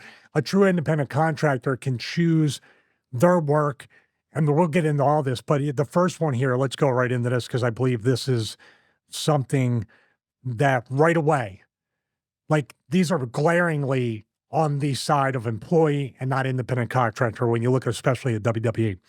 So I'll read the first one. Level of instruction. If the company directs when, where, and how work is done, this control indicates a possible employment relationship. While they tell you where to be booked, when to show up, how long you have to stay, how to do your match, who's winning, who's losing, and they even have an agent that tells you what moves to do and what moves not to do. Am I off base with that? You're being instructed. You're rehearsing these, you're choreographed, and you're told exactly, here's where you have to be, here's your schedule. And if you say, well, no, I got to work another show where I'm making more money, you're gone. Or you're paid for your misery because you're going to be put in a spot that's very embarrassing. I'll let you take the next one. Amount of training. Requesting workers to undergo company-provided training suggests an employment relationship since the company is directing the methods by which work is accomplished. WWE, I believe, has a training performance center, don't they? Correct. And with that, when you're getting back into ring shape, what do? They send you down to train. They send you down to get back in shape. They also send people down that might not be performing up to standards, which their standards have dropped from what we talked about with the Nia and Naomi stuff and Bailey. But when I'm looking at that, you're required to go there. Or there were times I had to go to developmental on my own dime to help out because they had nothing for me. It was my only choice. So I think that is an employee company relationship, don't you? That's not an independent contractor. Much like with the Paul Heyman stuff, a lot of this stuff is not, quote, forced and is, quote, voluntary. But if you don't do it, you know what's going to happen. So, okay, I'll read this. Degree of business integration. Workers whose services are integrated into business operations or significantly affect business success are likely to be considered employees. I would say that's up for some interpretation, but for the most part, well, a Steve Austin, an Undertaker, a Rock, if you're a champion, if you're booked on a pay-per-view, if you're in a storyline, I would dare say that all that stuff really does factor into the company's success. Take out all the independent contractors any pro wrestling company has now and tell me if they will be as successful. There wouldn't be any wrestlers to wrestle on the show. there wouldn't be any commentators. The commentators are also the agents are in that. Well, they might be under benefits and all that stuff. I'm not sure. But that can also be who's the favorite, who's not the favorite. Are you under probation? That's another thing. You're under probation. And so basically you're different than if I got a regular 9 to 5 job. There's a 90-day probationary period usually before you get your benefits and all the other stuff. That could be classified as well. No one wants to hear me speak, unless it's saving your voice. It's up to you. Yeah, just save my voice. Okay, then. Extensive personal services. Companies that insist on a particular person performing the work assert a degree of control that suggests an employment relationship. In contrast, independent contractors typically are free to assign work to anyone. Well, if there was ever a point or a role determining independent contractor or employee, I think this is the number one thing right here. And pro wrestling goes along with level of instruction because you just can't go out there and do your best.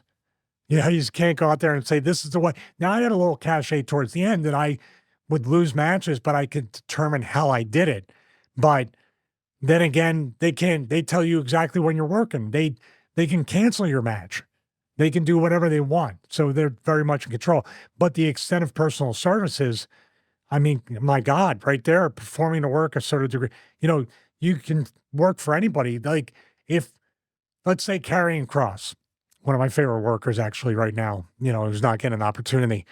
Say Karrion Kross says, I want to go back and work TNA. I'll work as Killer Kross there, but I want to work the pay-per-view. Now they have an open door thing right now, or a forbidden door that JBL's going and whatever. But if they say no, which they're going to say no, that asserts the control over where he can work. AEW does let a lot of wrestlers wrestle independents, but they ultimately have control of their bookings. So, they won't let, obviously, someone work for WWE, but they pulled Ricky Starks from GCW very recently. Oh, that's how they use their talent or lack of use, to be more accurate, is just crazy. You mentioned Sasha Banks not getting a return on that. Britt Baker not getting redid in the beginning, but now it's all, I don't even know. I don't even know what they're doing with that. We got our AEW thing. Now AEW is pulling the WWE stuff too. Holding people like Ricky Starks and other people and not letting them go and then just taking away their value or... Yeah, but they're getting paid though. It's hard for me to be sympathetic to Ricky Starks at the moment when he gets to sit at home and get paid every day. I mean, it's not like it's not like they're suspending him without pay. I mean, is it devaluing him, though? Because he can still go and do interviews. He can still, if he's motivated enough, he can keep his value in other ways. Yeah, but that's up to interpretation by WWE or another promotion to say, I haven't been on TV in months. But that's the thing. That applies, too, for company to company, not just mainstream TV company to the independents. Your value when you're off TV is going to go down. And I said it before. You're going to be paid what they think you're worth. And it's hard to get that number up. You should get that number guaranteed on day one, because if you're a 75, or I don't know what the base guarantees are, if you're a base guarantee wrestler, it's going to be hard to break out and go unless you're politically aligned. But if you're politically aligned before going in there, your political friends are going to get you the money. So it's chicken and the egg type of kind of thing. But don't go in for less than you want, because it's going to be a fight of your life to get more money. Control of assistants. If a company hires, supervises, and pays a worker's assistants, this control indicates a possible employment relationship. If the worker retains control over hiring, supervising, and paying helpers, this arrangement suggests an independent contractor relationship. So obviously, you don't, if you're with WWE or AEW, you then don't pay somebody else out of your own pocket to help you. Well, I kind of interpreted this too, like, are the makeup people, are the gear people that are employed to some extent from WWE and they show up at every TV, are those considered to be assistants they're also independent contractors, but at least they can do gear for other people and they do things on their days off. That I would have to just say that, there's plenty of points that are pretty much black and white. This is more of a gray area that is really up for interpretation. I'll read the next one. I'll sacrifice my voice for you. Okay. Continuity of relationship. A continuous relationship between a company and a worker indicates a possible employment relationship. However, an independent contractor arrangement can involve an ongoing relationship for multiple sequential projects. That's a 50-50 right there. I don't know. I do not know. I'll read this one because this is another one. I think there's a slam dunk on the one side. Flexibility of schedule. People whose hours or days of work are dictated by a company are apt to qualify as its employees. Yep. We have a TV day. You have to be here at this time. You have to stay. This is where you have to be here. We have a production meeting or a talent meeting. You got to be here. Oh, well, boss, I have a show that's paying me in Japan way, way better. Nope. You got to be here. That right there. You can be fined if you're late. Yep. You can be fined if you're late. In other words, a painter's going to show up, say, I'll be there at 8. The job will take this long. This is how much you pay me, right? What you do in between, that all falls under the other rules too. But also as a painter, if you say, hey, listen, my truck broke down, I'll be there tomorrow. That person's not going to turn around and fine you for being late the next day. They might complain, but it's just the way it goes as an independent contractor. Next one is demands for full-time work. Full-time work gives a company control over most of a person's time, which supports a finding of an employment relationship. It's kind of weird now because WWE and even more AEW, we're only just using and TNA, we're using the major promotions here, are rather part-time, especially compared to what they used to be. So that is sliding slightly into the grey area, I guess. Well, the thing is, and I'll speak on my TNA is always going to be TNA when it comes to budgets and talents and booking and all that stuff. They never got a hold of that in a good way. But I remember telling Dixie Carter when we were negotiating our TNA episode, future episode, drink, when I told her and she was shocked because of the pay and the amount of work and it wasn't enough. And I said, Dixie, do you know what I do when I leave pay-per-views and TVs here? Do you know what I do? No, I don't. I look for a job. I interview for jobs. You mean a part-time job? No. This is the part-time job. That's going to be the full-time job. Not enough bookings, not enough money, not often enough to do anything. And she looked shocked. And I think that's the way the company looks at it, because to them, it's their entire life. It is a full-time thing. It's 24/7. They don't realize that they're only running tapings once every 3 weeks, pay-per-view once a month. It's not enough to live on. Some guys, again, it's great. You have guys like Kurt Angle, Booker T, Rob Van Dam, Hulk Hogan, Bischoff. There's people that say, yeah, 3 times a month. That's awesome. I'd be like that. Part-time work for full-time pay instead of full-time work for part-time pay. So TNA could be considered to be, a lot of times in that early day, they can be considered to be a company with employees because a lot of people didn't work anywhere else. Need for on-site services. You can see where this one's going. Requiring someone to work on company premises. Now, this is sort of interesting because, what sort of qualifies a company premises? Because it moves every week, or unless it's like in the old days with TNA or NXT, where they do Full Sail and then they move to the other place and got the same crowd every single week. But I don't know if that ever so slightly slips into the grey area where you're moving every week and somehow that changes things. But anyway, let me read the full thing. Need for on-site services, requiring someone to work on company premises, particularly if the work can be performed elsewhere, indicates a possible employment relationship. Well, can't be, unless you're filming like the Undertaker AJ Styles WrestleMania thing, which is an outlier. Yeah, you're required to show up and do the job. Every job's like that, but they're requiring you have to go to this particular place to do this performance. That's a gray area, but most independent contractors have to show up to a construction site, a painting site, a carpenter site. So that could be either or. Now, NXT is interesting because they do pretty much work in the same building every week. Mm-hmm. So that's a little different.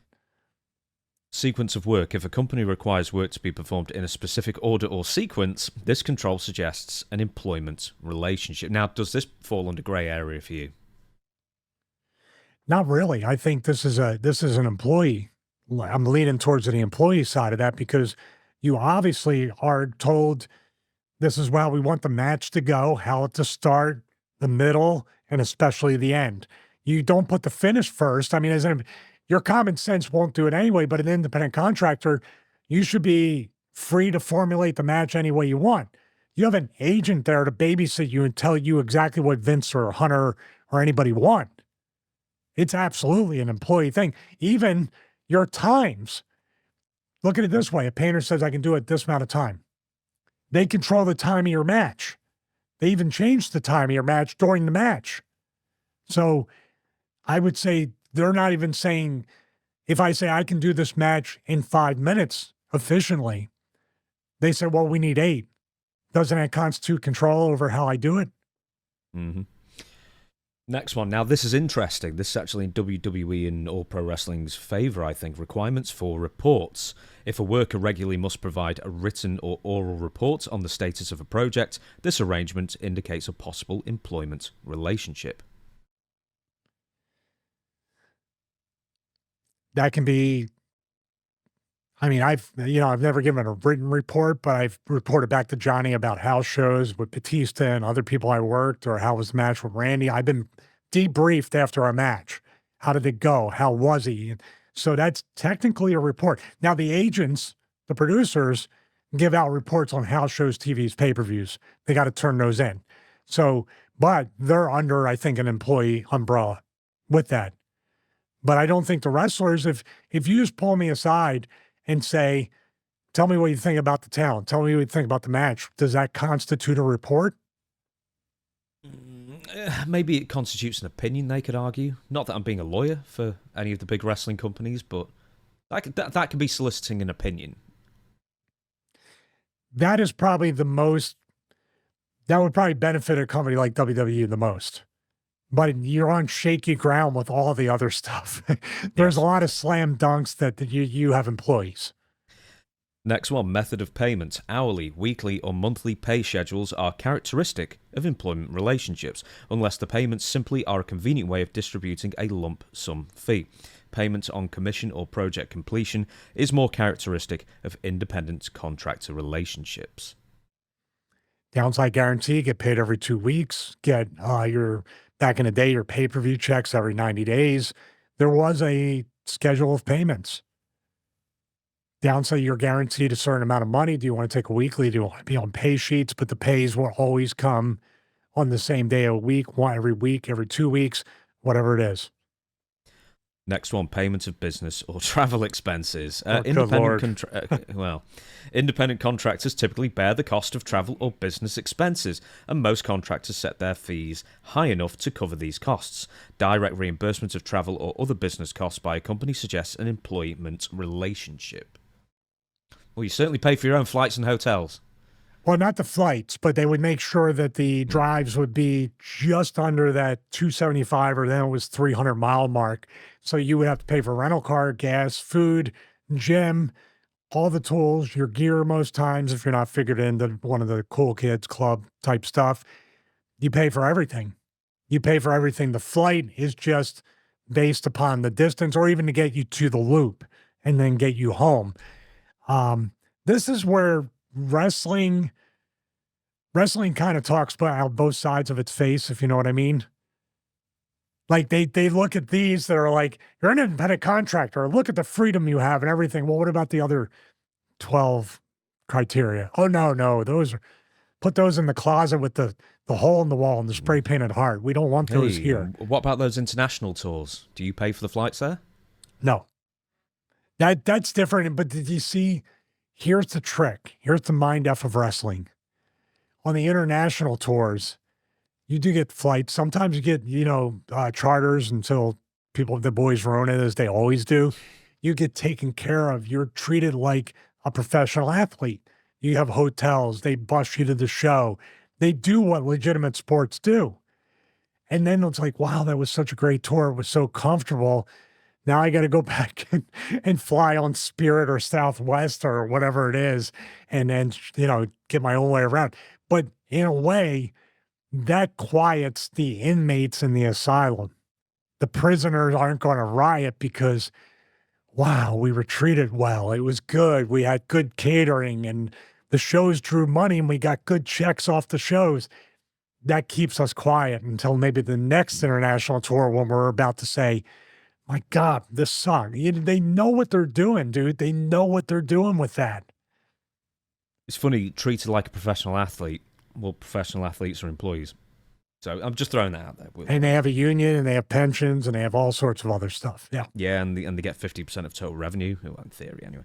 Right, let's move on. Provisions of tools and materials. Workers who perform most of their work using company-provided equipment, tools, and materials are more likely to be considered employees.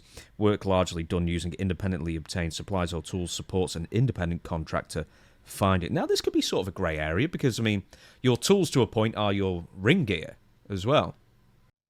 But the tools are also the wrestling ring and the ropes and the turnbuckle and the lights. And this is a 50-50 one, up to interpretation where both sides can give their case. Now, they do tell you, here's the other thing. We talked about my Guitar Hero tights with the Borg logo and everything. What if somebody said, don't wear that, you need to wear this? Or somebody said, here's the outfit, the shirt and the tie, the white shirt, black tie, and the black pants. Those tools and materials were told I needed to wear those. Or a dress that one time.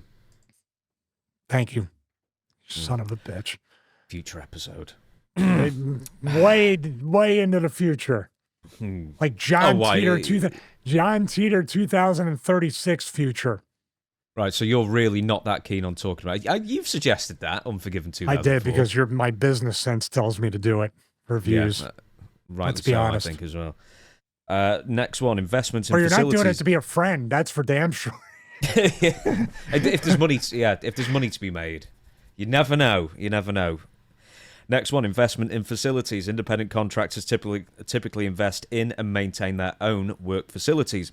In contrast, most employees rely on their employer to provide work facilities. Locker rooms, arenas, backstage area, then the ring. I would say, don't they constitute the facilities, I guess? Next one, realization of profit or loss. Workers who receive predetermined earnings and have little chance to realize significant profit or loss through their work generally are employees. Now, this is interesting because if you're on a guaranteed contract, that is the minimum you'll make. But there is a chance to make significantly more than your downside. Yeah, but here's where I interpret this. We realized the loss. So the wrestlers don't realize the profits. As you said, it's about 10% of what TKO and Endeavor are making. But when the XFL failed, I remember we were all saying our pay was down. We took on part of that loss by WWF at the time. The World Bodybuilding Federation, hasn't Bret Hart talked about he invested all that money in WBF, and we were the ones like suffering and starving during that time for that. It's always going to roll downhill. It's kind of like what I talked about with the tour bus and the first class seats. Company's going to get that money back. They're not giving you anything. And much like this, the profits, they might share a little bit of the profits, but I think they share or they incur or make you incur a lot more of the losses. But that's the wrestling business or business in general. What do they do all right, what does a company do when they want their stock prices to go up, the shareholders be happy? They downsize, they lay people off. They claim a loss and they end up profiting more on the other side of it by letting people go. Do you know, wrestling always sounds like the music industry where you first get in, sign your first contract, and then they make it seem like you're a millionaire, and then they encourage you to, take some money to film a video, spend all the time you want in the recording studio, and then it's only down the line you realize that every single minute you spent in the recording studio or whatever else you spent all gets taken off at the end of it. And I think even clear. I think even the cars and the houses a lot of times are in the record label's name, and they're just kind of renting it to you. Next one, work for multiple companies. People who simultaneously provide services for several unrelated companies are likely to qualify as independent contractors. Now, this, more with AEW than WWE, but WWE a few times in the last year, like Shayna Baszler to Bloodsport, or William Regal's son to All Japan, I think, or Noah, but I think it was All Japan. You know, they are very, very selectively letting their independent contractors work non-WWE events. Back when you were in the WWF, you could still actually take your own bookings. Am I right in saying? No, it all depended. It all depended. The reason why sometimes I would work indies or developmental is because they would tell me straight to my face, we don't care if you get hurt. You don't matter. So do whatever you're going to do. But there was a lot of pushback on, I don't care. That doesn't bother me anymore.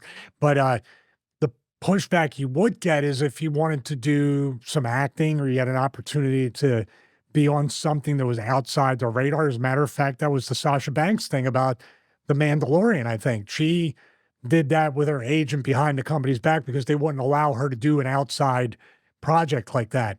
So doesn't that constitute an employee relationship if they won't allow you? It's not even wrestling. It's just, I want to go do this. Then there's the people, what if you're not using me at all? The Ricky Starks thing, let's go back to that. Getting paid or not. If Ricky Starks said, these are the prime years of my career, I want to go make some money, I want to make a difference and cement my legacy, so I'm signing autographs 20 years from now, I'm making money. And they say no. But you're an independent contractor, you're not on TV, they're benching you for months. So Tony Khan is putting himself in a pigeonhole position too of saying, are these employees? Even when they promised health benefits, equal pay, all that stuff, all you said it in the notes, all it really came down to is, well, if you get hurt in our ring, we'll pay for it, like WWE. That's not health insurance. That's not checkups or life scans or cancer tests or anything. So you're an independent contractor of wrestling companies whenever they don't want to dish out money like you're an employee. But if they want to control you, you're an employee.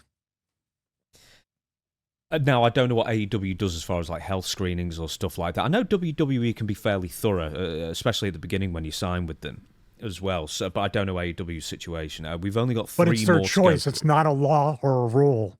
Yeah. They can be discretionary with you matter, you don't matter.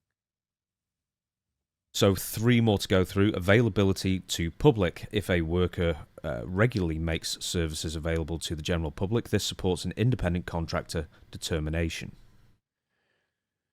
It's tough. You're a performer. You're performing for the public, but you wouldn't have that stage to perform on without the actual company. That's a weird one. That's I'm looking at that availability to public. I don't understand that. Maybe it's because your clients are varied that you go to, like use the painter analogy. I'm painting their house, this house. You can't tell me not to paint another house because I'm available to the general public. Control over discharge, and that's not a medical issue, by the way. Control over discharge. A company's unilateral right to discharge a worker suggests an employment relationship. In contrast, a company's ability to terminate independent contractor relationships generally depends on contract terms. So let's read that first sentence again. A company's unilateral right to discharge a worker suggests an employment relationship. Well, I mean, you can ask for your release like Ricky Starks or somebody else, and they'll say no. So isn't that right there? Mm-hmm. Hey, but we let you go, Steve. You're always welcome back. Hey, but they can get rid of you anytime you want, regardless of the contract you've signed. I don't know anyone, apart from maybe a Hulk Hogan, maybe, who had a no-cut contract in wrestling. Well, at the end of WCW, like the Goldbergs and other people had the no-cut contract, the Time Warner deal. But they were not wrestling contracts. They were media contracts, I guess, right? Exactly. Last one, right, and this sort of goes on the same thing, right of termination. Most employees unilaterally can terminate their work for a company without liability. Independent contractors cannot terminate services without liability, except as allowed under their contracts. The interpretation, and this is a good segue, because I think the number one thing, and they're trying to make it illegal on all fronts, the non-compete clause. Mm-hmm.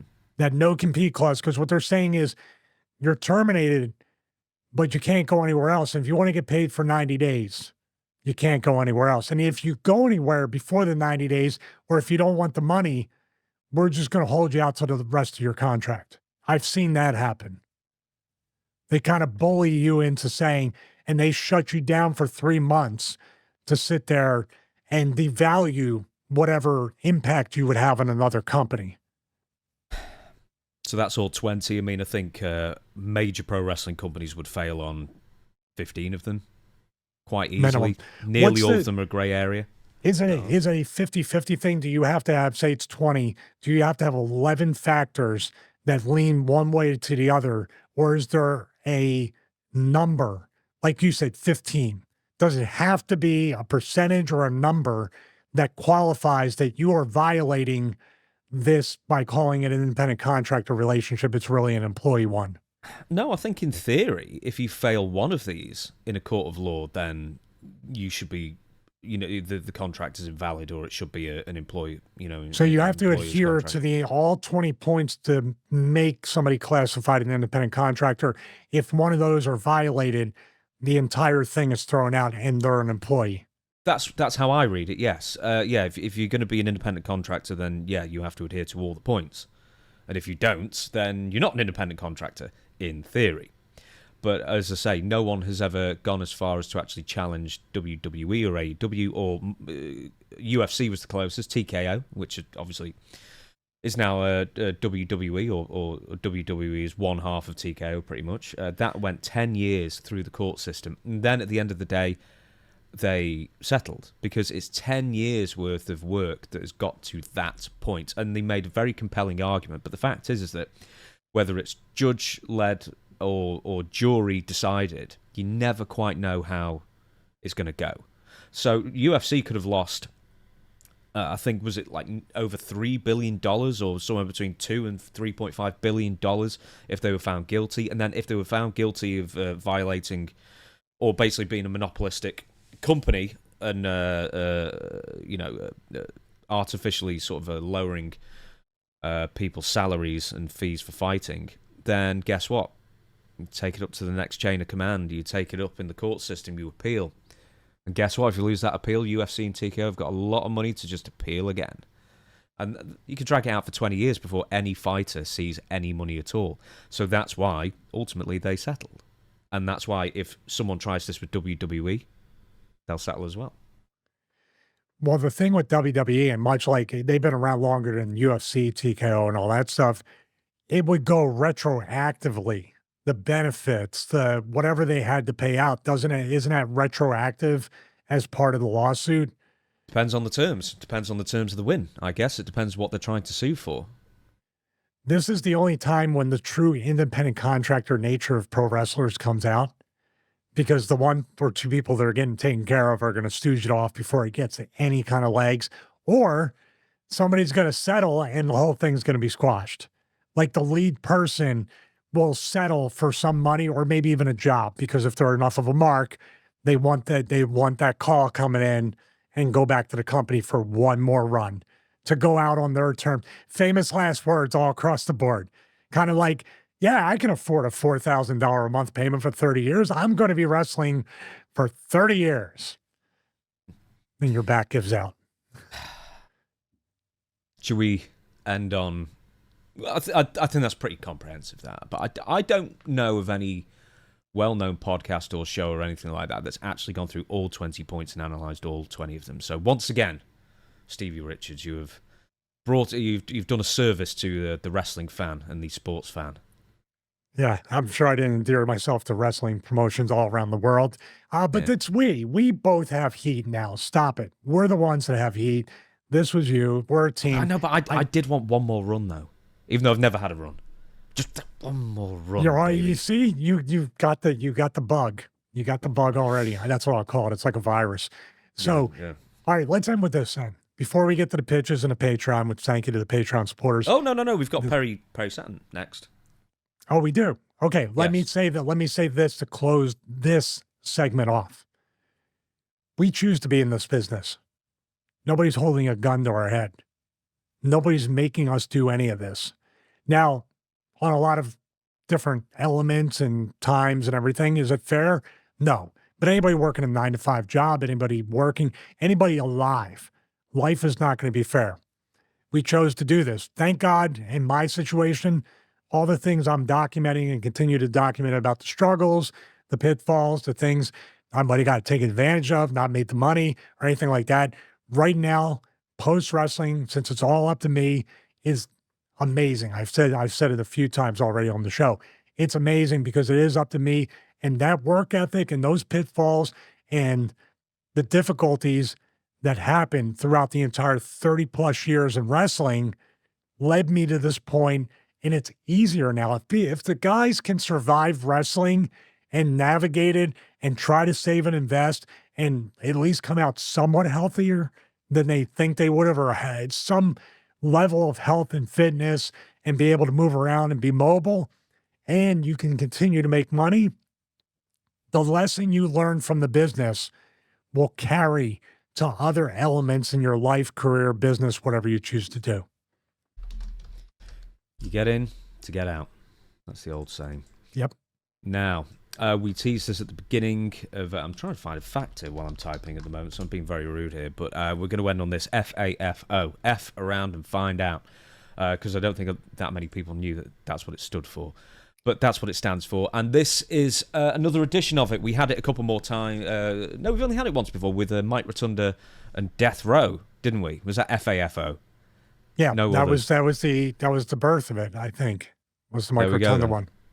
So, this is edition 2, and I saw this suggested quite a number of times, and it's a match that's gone down in infamy.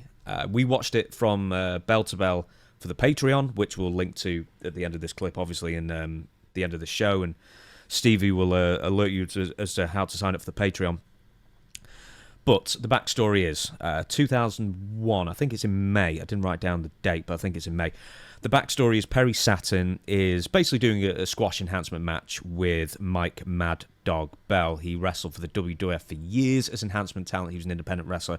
Also wrestled in ECW quite a few times toward the end as well. The match has gained a level of notoriety for... Mike Bell, it should also be said, gained some notoriety for appearing in the documentary Bigger, Stronger, Faster as well, which dealt with steroids and also, how far athletes will go to achieve the pinnacle. Along with his brother Mark Smelly Bell, and it was directed by his other brother Chris. Now, the match starts out fine. And then just immediately, it just goes a bit weird. With a couple of arm drags or hip tosses. So from that point on, we're going to throw it to you, Stevie. What went wrong?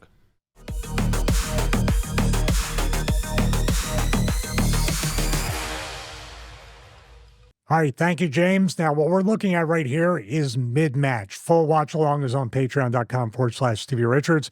But this is when everything went wrong. They were chain wrestling a little bit, and we talked about it. They were moving a little quick. I was looking at that where it felt very rushed.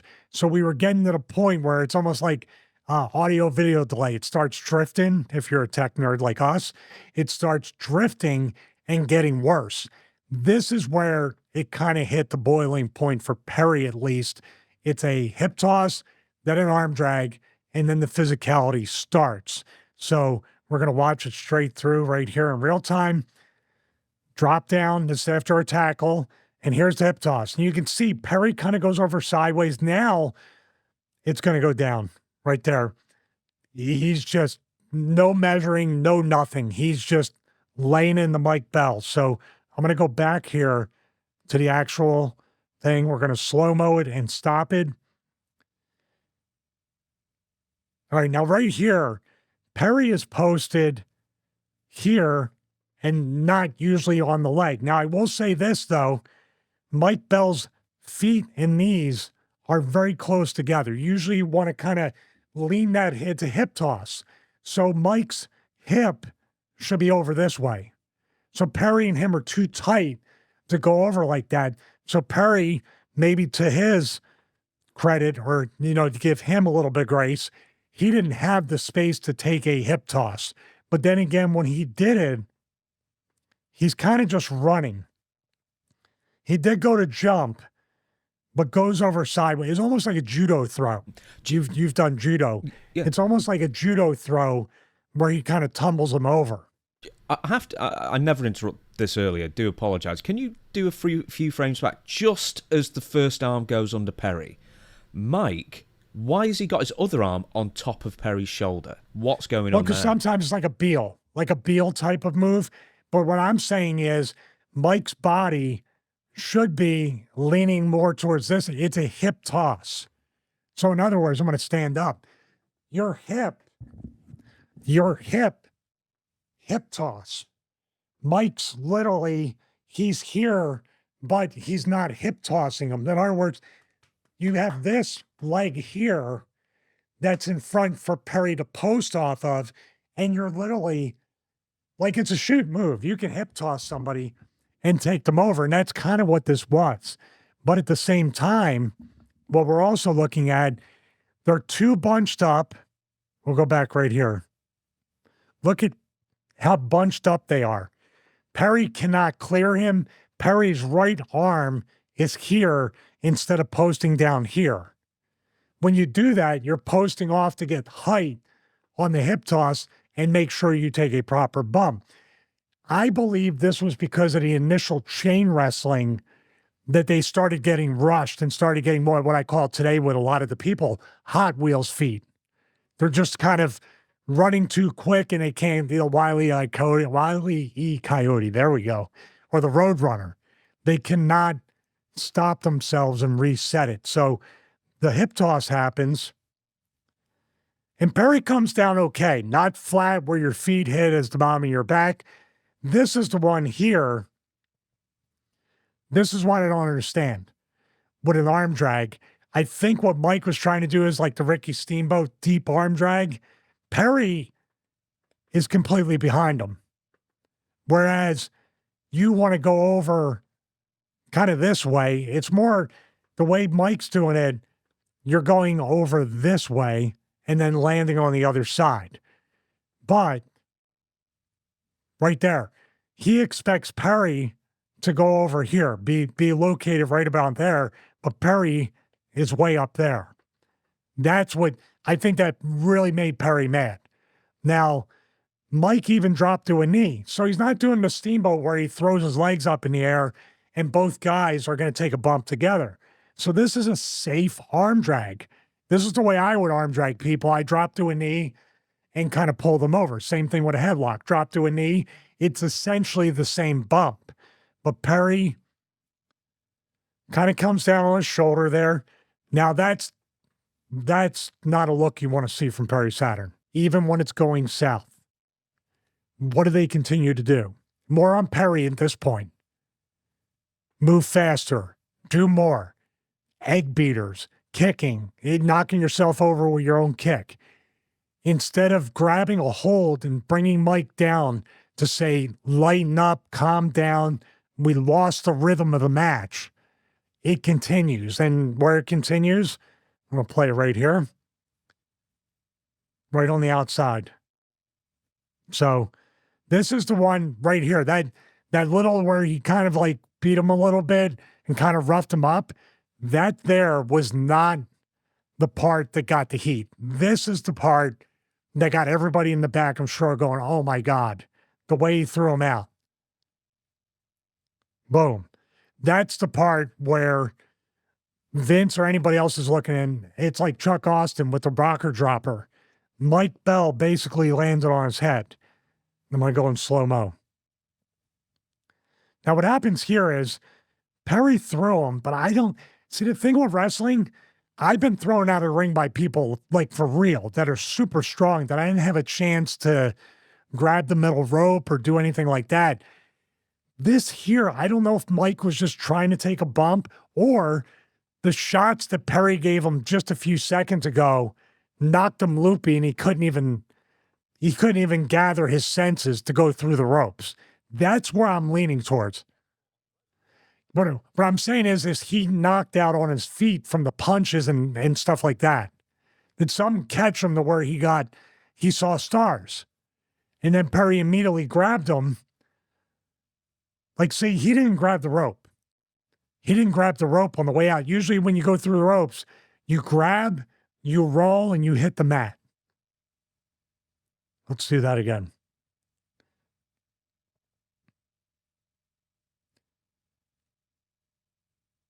Yeah, he hit right here. Camera cut, his legs hit the rope right here, and he comes straight down there. He's lucky. He's lucky he didn't break his neck because he came down. And these mats are hard. These are solid mats.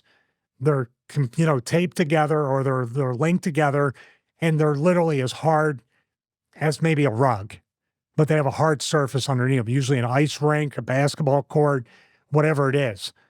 And he hits right there. Now that look right there means I'm just kind of out. I'm just trying to gather my thoughts. I think those shots before he threw him out knocked Mike loopy, and he didn't even know where, because wrestlers have that sense, even if you're getting roughed up and you're with it, you get thrown out of the ropes, you're at least going to grab them on a rope, hook the rope, land on the apron, land on your feet on the outside and fall, bump, do whatever you want. But here, this is where Perry comes out. Now, this is the part where people thought, well, Perry just threw him into the stairs. I'm not a fan of this because I want to see where I'm bumping. But at the same time, Perry has done this to a lot of people. So it's not like he took exception and said, I'm going to do this thing I've never done, and I'm going to try to hurt this guy. Is it particularly safe? No. Is it something that was planned? I don't know, because this is a secondary show. Usually you don't go to the outside. You do the stairs or the railing or any of that stuff. That's saved for later on in the show, like main eventers and stuff like that, storylines. But I can't see this. He took care of him. Now, Perry's rough. Perry's not like a night off sometimes. He's a rough guy. He's a strong guy. He can work, but the stuff is there. I don't see that being anywhere outside of the norm of a Perry Saturn type of move. So that's what I see. Now, it kind of resets after this. It's fine after this, right? So it's basically, they go, he hits him with the moss-covered, three-handled credunzel. I said it right. Aha.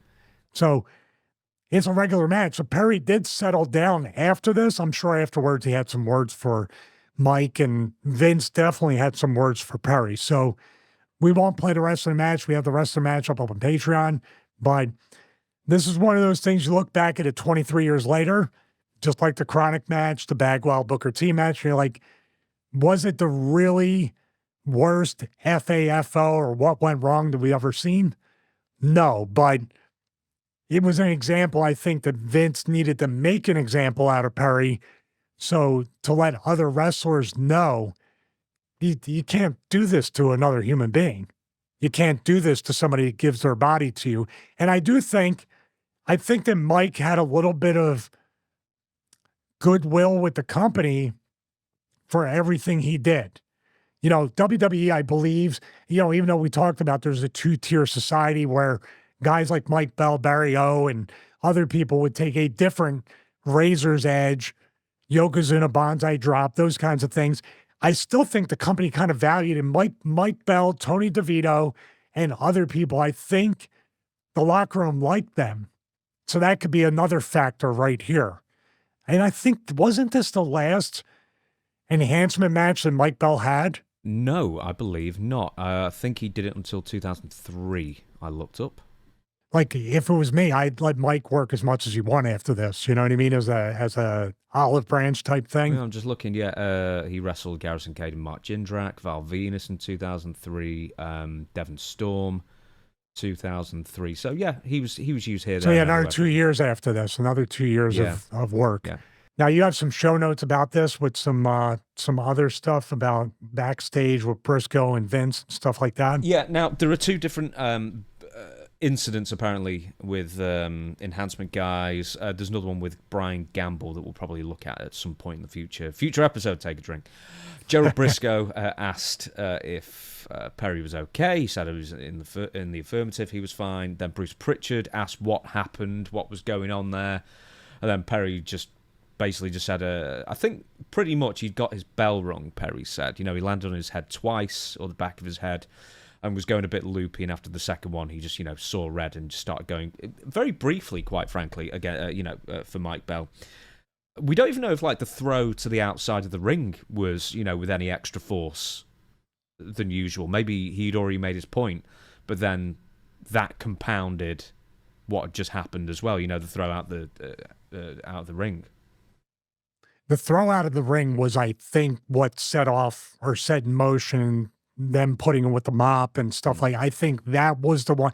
Getting up and just kind of getting a little rough and doing, and they edited out the kick where he fell. So they were trying to still protect Perry to a certain extent, but that throw and that rough bump, I think that was the one where it was and like I said, I think it's connected, no pun intended, to the punches that Perry landed on Mike, which obviously real violence doesn't look like as impactful as simulated wrestling violence. So he might have caught him in the jaw or the eye or anywhere. He might have given him a little uppercut. Something might have caught him.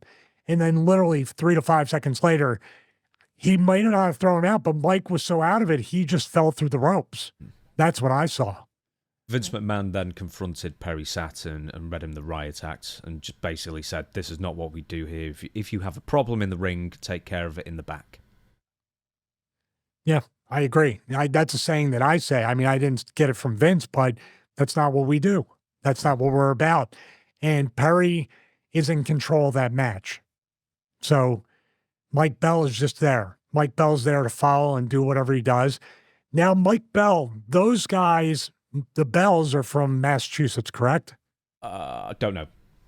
Perry's a Boston guy. So they may have even known each other, because I saw in the beginning of the match, he gave Mike a little bit more than a normal enhancement talent would get. Did you notice that? The chain wrestling and everything? Poughkeepsie, New York, by the way, he was born in. So, oh, I'm sorry. But they probably crossed paths on the Indies, is my guess, because Mike was around for a while. So they may have had a history of knowing each other. I'm not saying a negative one that translated in this match, but that's what leads me to believe that Perry trusted him to do a couple things to him. And Perry might have gotten mad, like, you're hurting me. With the hip toss, we can't really ascribe the second one because it's all in a fog of confusion, but the hip toss, are we basically 100% saying that it was on Mike Bell? Yes, I believe that was on Mike Bell's leg positioning, foot positioning, and also his hip and where Perry could post off of. Perry was very much like, it's a judo throw. All you had to do is grab him like that side headlock thing and take him over. That's what it resembled. Now, Perry took probably a bump that he wasn't comfortable with. And when you're out there and you're trying to move around spots, you're like, did I hit my shoulder, my neck? You know what I mean? And then you take the next one, which was really close up to your neck and head. And that's probably like 2 strikes, you're out type of thing. And I gotta take care of this. Yeah, he almost takes like he's expecting a Japanese arm drag, if you know what I mean. It's one of those very rarely seen wrestling moves. That's a great point. He was taking a front bump instead of the Ricky Steamboat arm drag bump. Mm-hmm. You know what? He might have thought it was a one, and Mike had already turned, but Perry still, because if he was face on like this, it's straight over. And that's the bump Perry took. You're right.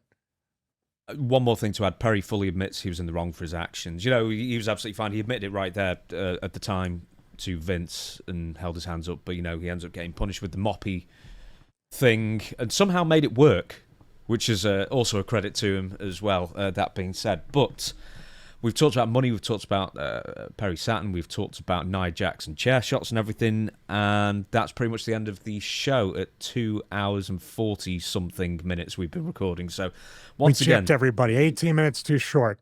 Yeah, sorry, everybody. The show's getting shorter, not longer now. I mean, I think we peaked with 3 hours. On that basis, everybody, thank you so much for watching. We'll catch you again next Friday on all podcast platforms. So it's a, for God's sake, it's a show. It's a visual thing, but we have the podcast out there as well in case you're driving or, can't watch it for any reason. And there are videos pretty much every single day, a single video every single day on the YouTube channel, which you are more than likely watching this on as well, so I needn't plug that. So, Stevie, take us out of the show. We'll see you again next Friday. Thank you very much for watching episode 24, which we don't have an exact title yet, but it will be in the description as well as the title on YouTube. I want to take this time to thank each and every one of you for subscribing, liking, commenting, interacting, but especially our Patreon members at patreon.com/Stevie Richards. As I said earlier, pre and post show conversations, show notes, now watch-alongs are added, and all the behind-the-scenes stuff when I take things like this and other things and test them out. Everything from audio, video, color grading, production meetings with James, with Chris. Every bit of the process to create the Stevie Richards Show is documented at patreon.com/Stevie Richards. Also, I'm going to add more interaction. I've been answering comments, and I'm thinking about doing a live stream once in a while to answer questions and comments dedicated to our Patreon supporters. I need to add something else. Obviously, the Patreon's doing well because you can now finally afford a t-shirt with sleeves. Yes. I never asked you this, right? So you waited over 2 hours. I was wondering when you were going to do that. I meant to do it in the intro.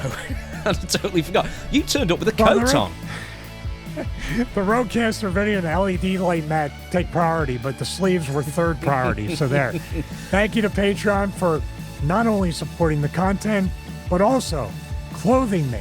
Thank you very much, and see you next week for episode 25.